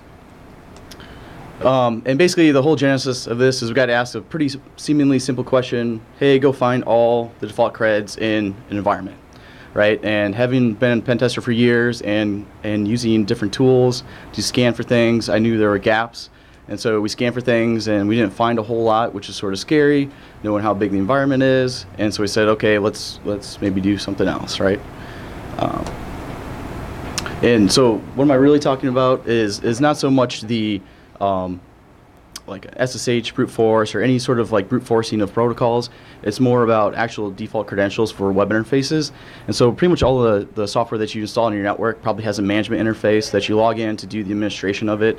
And the problem is it's all written in HTTP, which that protocol really is just to visualize, you know, all the data, and every interface is implemented differently, right? Some examples are like Tomcat and JBoss. You know, between those two, to log in Tomcat is actually HTTP authorization header, and JBoss is a web UI. So just in those two examples, right, we have vastly different ways of trying to log in and detect these credentials here. And so the problem is that they're all different, they're all beautiful, but they're all different, right? And it makes it a little bit of a challenge to try to like scale this out. So when we started doing that test and looking for those credentials across the environment, we used some Metasploit modules to try to detect that and sort of verify some of the results that we're getting back. We actually found bugs in Metasploit module, so I think it was back in 2015 we fixed that. So we fixed the JBoss issue there, but also realized that that doesn't scale because, you know, that's like 60 lines of code in Ruby every time you want to implement a new module for checking for stuff, and it doesn't really scale. So when we started doing some of our research, and this is just very high level to give you some idea of, you know, how quickly this tails off. You know, we've also tested the other product that's not up here, but because we're not officially licensed for it, I wouldn't publish the results. But you know, they're really good at finding the really common stuff. So Apache and Tomcat. But immediately, once you start getting past that really well-known stuff, it starts to tail off very quickly. So Qualys doesn't find WebSphere. We report it to them. Someday maybe they'll check for it. I don't know. But then you start talking about things like IBM Netezza. Has everybody heard of that? Like, very big data, probably contains lots of interesting things. Runs FPGAs, very cool architectures, and lots of sensitive data. And nobody checks for default creds on that, and it's everywhere in a lot of really big enterprises. HP Server Automation, you know, runs your servers. It can log in, administer them, install patches, basically do anything on them, and nobody checks for default creds on that bad boy. So sensitive stuff, if somebody finds this, like an attacker, obviously they can do some really bad stuff with it.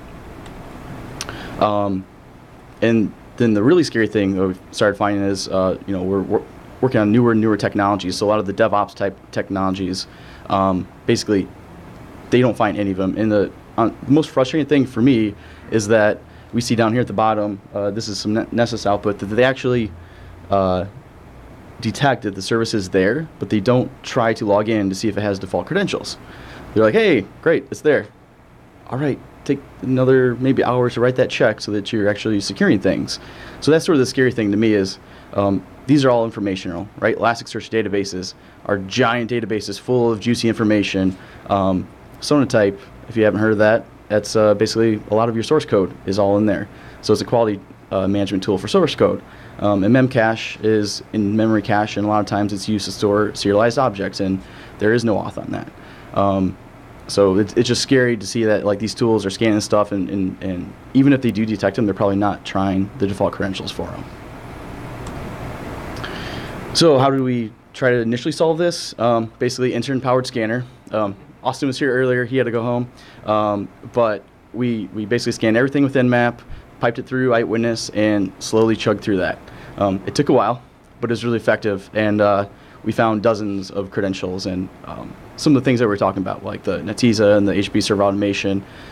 This was slow, and this sucked.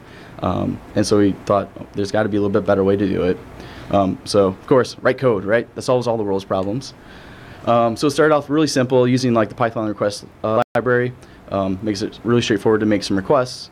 And one of the things I want to do is actually store all the credentials in YAML files to get away from the issue with like Metasploit, where you write everything in code. I want to sort of separate the credential piece from the code. So the general principles are that it separates that code, makes them human readable, makes it easily editable, so that you know, I can go and see what that looks like. Good luck trying to go to the commercial scanners and seeing what exactly that they're doing there. A lot of it's obfuscated, makes it very difficult to know what are you actually checking for. And it's really focused on default credentials, not common credentials. So it's not a brute force scanner, right? There's plenty of those out there. Hydra, Nessa, Nessus can do it too. But what's that? Medusa, yes. Up too late last night. Also losing my voice. So, yeah, really focus on the default one. So like those web interfaces, that's the primary focus of it because there's such a gap, right? There's plenty of brute forcers out there that can do that. And one of the things I'm interested in is sort of as I'm adding new protocols, the provenance of those credentials. Like, as you see, like lots of lists have out there like SNMP, and they have like 160 different default SNMP credentials. I don't know where those came from or what they go to. Like, I'm interested in finding that out. And for the project, it's heavily unit tested. Still means I break stuff, but means that I know when I broke stuff. So how does this work? Basically, there's a couple phases here. It starts out when it builds targets. So it's going to take in a number of different formats. It's going to figure out, okay, this is what I want to scan, and then does a fingerprinting phase, and then does a scan phase, and then obviously reporting stuff out. So let's just do some demos here. Because I'm lazy and we're running low on time, I'm just going to copy stuff. So the most basic thing you do is basically just feed a IP address to ChangeMe, and it will just start scanning stuff. In this case, it's going to take a little bit, but we're going to find here, maybe it looks a little better if I shrink it down just a bit. You guys still see that? All right, cool. So basically, I've got a bunch of different services run locally on my box, and very quickly scanned and found a whole bunch of default credentials. So that's the most simple use case of it, where it just dumps everything out, and this is how we debug why it's not working.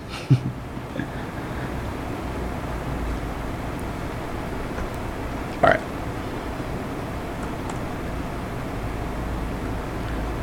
So it supports a number of different protocols. The original focus was on those HTTP web interfaces, but I've added in more protocols since then. There's quite a few out of them, and generally the syntax, you probably can't see that. So one of the ways you can put syntax in there to specify a specific protocol you want to target is using this, where it's the protocol name, colon, whack whack, and then the actual IP address. So we can target a MongoDB server here specifically, and it will scan just for MongoDB, and it's not going to scan for anything else. And I still see I have a bug there for that. So you can see we found our MongoDB, and that's all we scan for.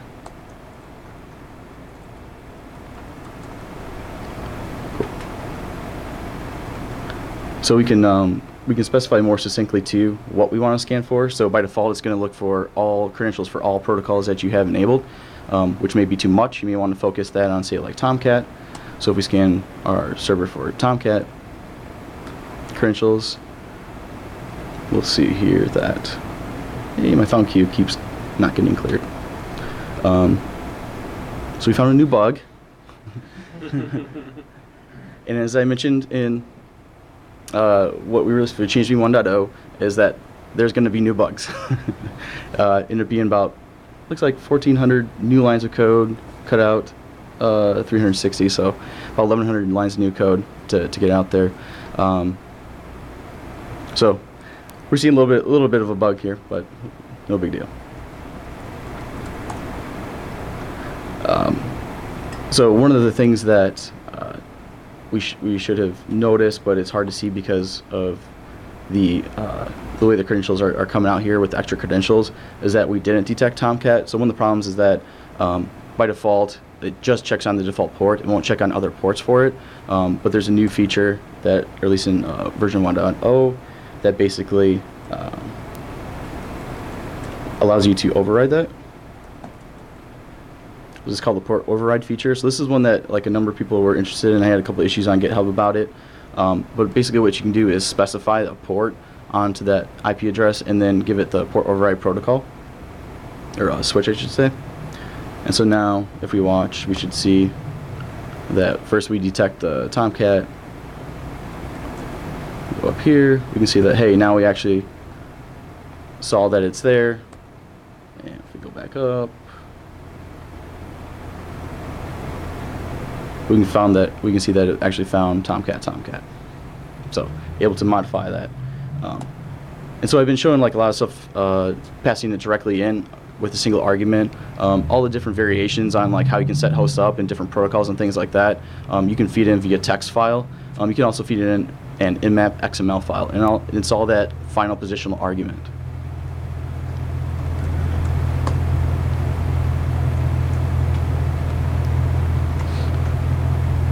So let's see here. So what we're going to do is actually pass it CIDR notation, so it's going to try to scan that whole subnet. And this one might not work, but we'll give it a second. I guess any questions so far? Yeah. So you mentioned when you started this, you were using like, you know, Nessus as your feeder for identifying protocols and services. Have you put any thought into, you know, taking in an input file and things like that from like a Nessus scan where it does service detection but not credential detection? I hadn't, but that's interesting. No, so it'll take in InMap XML file. Oh, well, okay. Yep. So like I was saying, that positional argument here. I'll just kill that.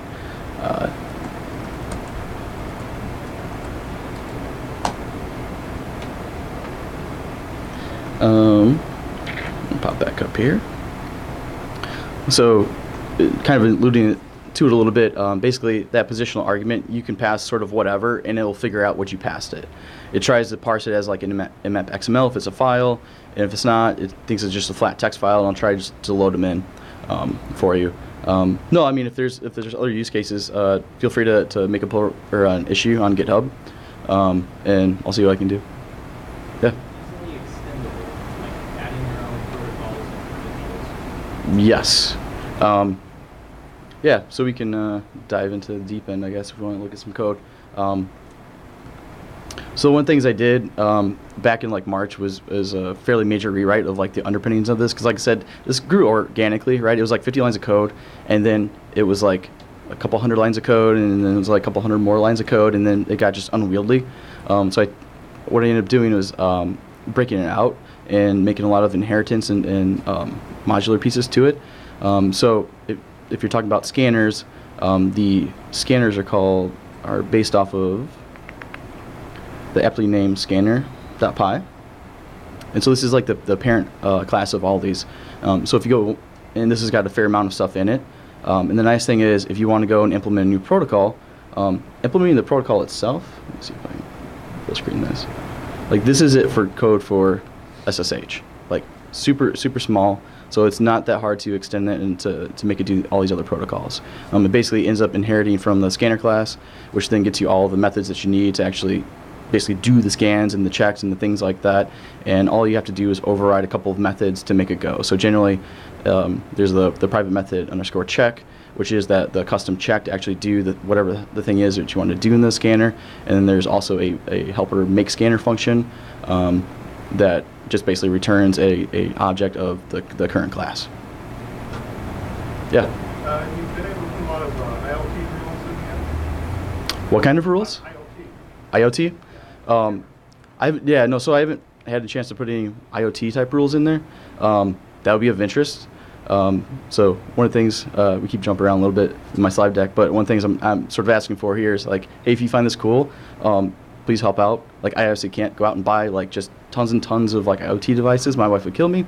But I guess to answer Caleb's other question, like how easy is it to extend it? Since we're running low on time, I'll show you how to make one. So there's a switch in here. You probably can't see that.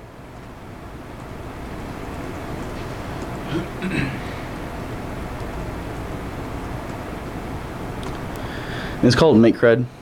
And so basically, it's just going to ask you a whole bunch of questions, right? And the idea is that it's going to generate this YAML file for you. So you don't have to manually know the format of it. You don't have to worry about that. That's sort of my deal, right? I just want to make this easy for you. I want to make it easy to actually extend this stuff. Because again, part of the problem with like the Metasploit approach that we were initially using was it's like 56 lines of code and like it's very brittle and just slow and it kind of sucks. So Just put our DerpyCon. Yeah, stack trace. Promise this works before. Right? Swore this worked like 15 minutes ago.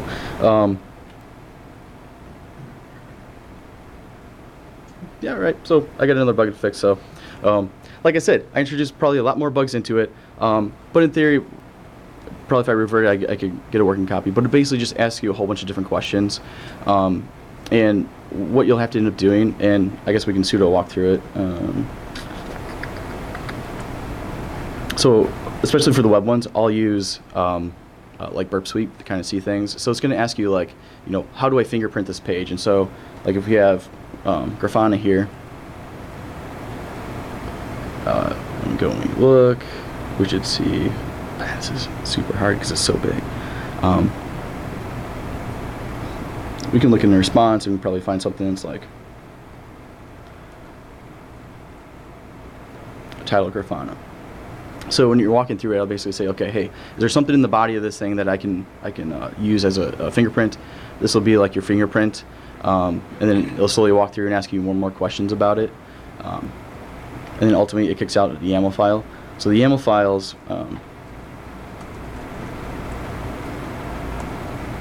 So the YAML files end up looking something like this. So we talked a little bit about like the protocol. It'll ask you if it's running SSL or not.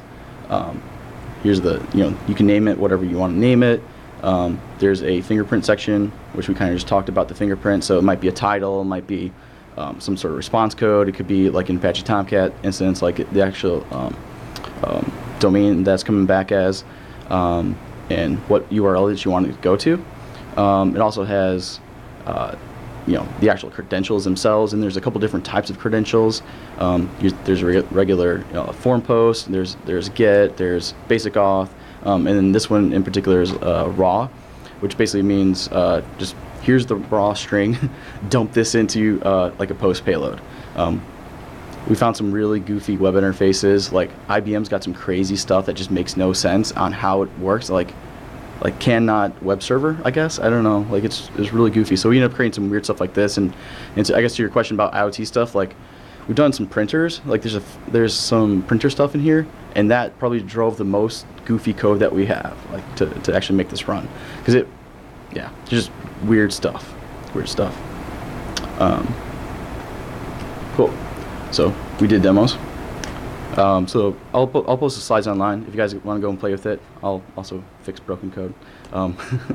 So general how to get it. So it was pushed up to GitHub, and I guess funny story. I'm sitting here in Derby yesterday, waiting in line to get a Starbucks coffee, and I'm sitting there reading, and it says, "Hey, it's never too late to write code and get your stuff into Kali." I'm like, "Oh, that's cool. Let's see what's in the latest release of Kali." And I start reading. I'm like, "Sweet, it's got like Bloodhound." And then I'm like, oh, what the hell? Like, I guess it's in Kali now. So obviously not the latest version. Yeah, thanks. I'll work to get the latest version up and running. And it's been out there for a couple months, and I guess nobody ever pinged me about it. So it's been out there since Kali rolling in like July, mid-July. So that's a little bit older version. I recommend pulling down the latest version. So how to get it, basically, GitHub is the best way to go. Docker's a pretty nice way of pulling it as well. So every time I push a tagged release out, it'll create automatically a new Docker container for it. So you should be able to pull down the latest Docker, which will get you the latest credentials to scan for. One thing that we'll be doing fairly quickly is putting together a Docker Compose file, because it's now one of the big changes in this version is now uses Redis as a backend. And it's way faster. So a little bit notes about performance. It does fall back to using a SQLite database on disk, which gets slow and has disk contention if you start to have too many threads. With this, with the new Redis version, we ran a scan last week that had 50 threads and scanned about 15,000 nodes in an hour and a half. So it's much faster, much more performant. So do Redis if you can. Like, it will fall back to SQLite, but will probably break and not work very well, to be honest. Huge thanks to all contributors that we've had. Surprisingly, there's quite a few folks that have given back to the project or given constructive ideas. The whole idea for, making an interface to make the files was a gentleman in the audience here, Matt. So a lot of good feedback from folks already on the project, and definitely welcome to any feedback you guys have. So where I want to take this, basically, I spent a lot of time sort of making it work somewhat well. Obviously, there's some bugs we still got to fix out, but I just want to start feeding this with a whole bunch more creds. So whether that's IoT stuff that you're interested in, there's ways to set categories, so you can specify I only want to scan like printers, like that's an option in there. You can scan just different categories of that way. So if you're interested in just like IoT type stuff and you want to tag your stuff as IoT, you can do that, and it will scan just that type of stuff. So you can make it more focused. And yeah, like I mentioned before, the some of the provenance stuff that I want to do. So I want to start to track down where some of these credentials came from and sort of document them to a degree, as well as also creating that Docker Compose file. So make it a little bit easier to launch and deploy. So that's it. Thank you. Appreciate it.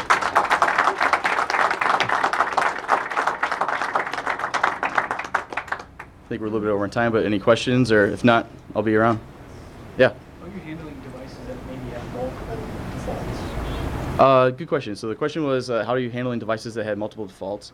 So, if we look here, basically, this is just a list in the credential file. Actually, let's open up.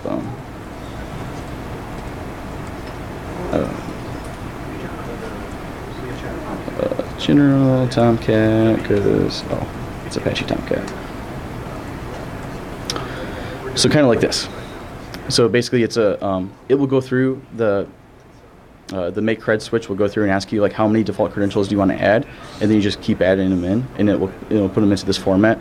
And so when it goes and detects that interface, it will then try all the credentials that you give it. So this is an example of one of those lists that I'm like, where did some of these come from? Obviously, the QLogic comes from QLogic, but for some of these other ones, like we don't know where it came from. But yeah, it'll handle multiple credentials for. Kind of does a micro force. Yeah, but just for known defaults, yeah.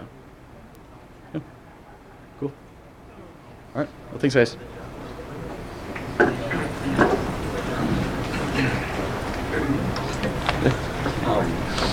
Is this I was thinking about. Yeah.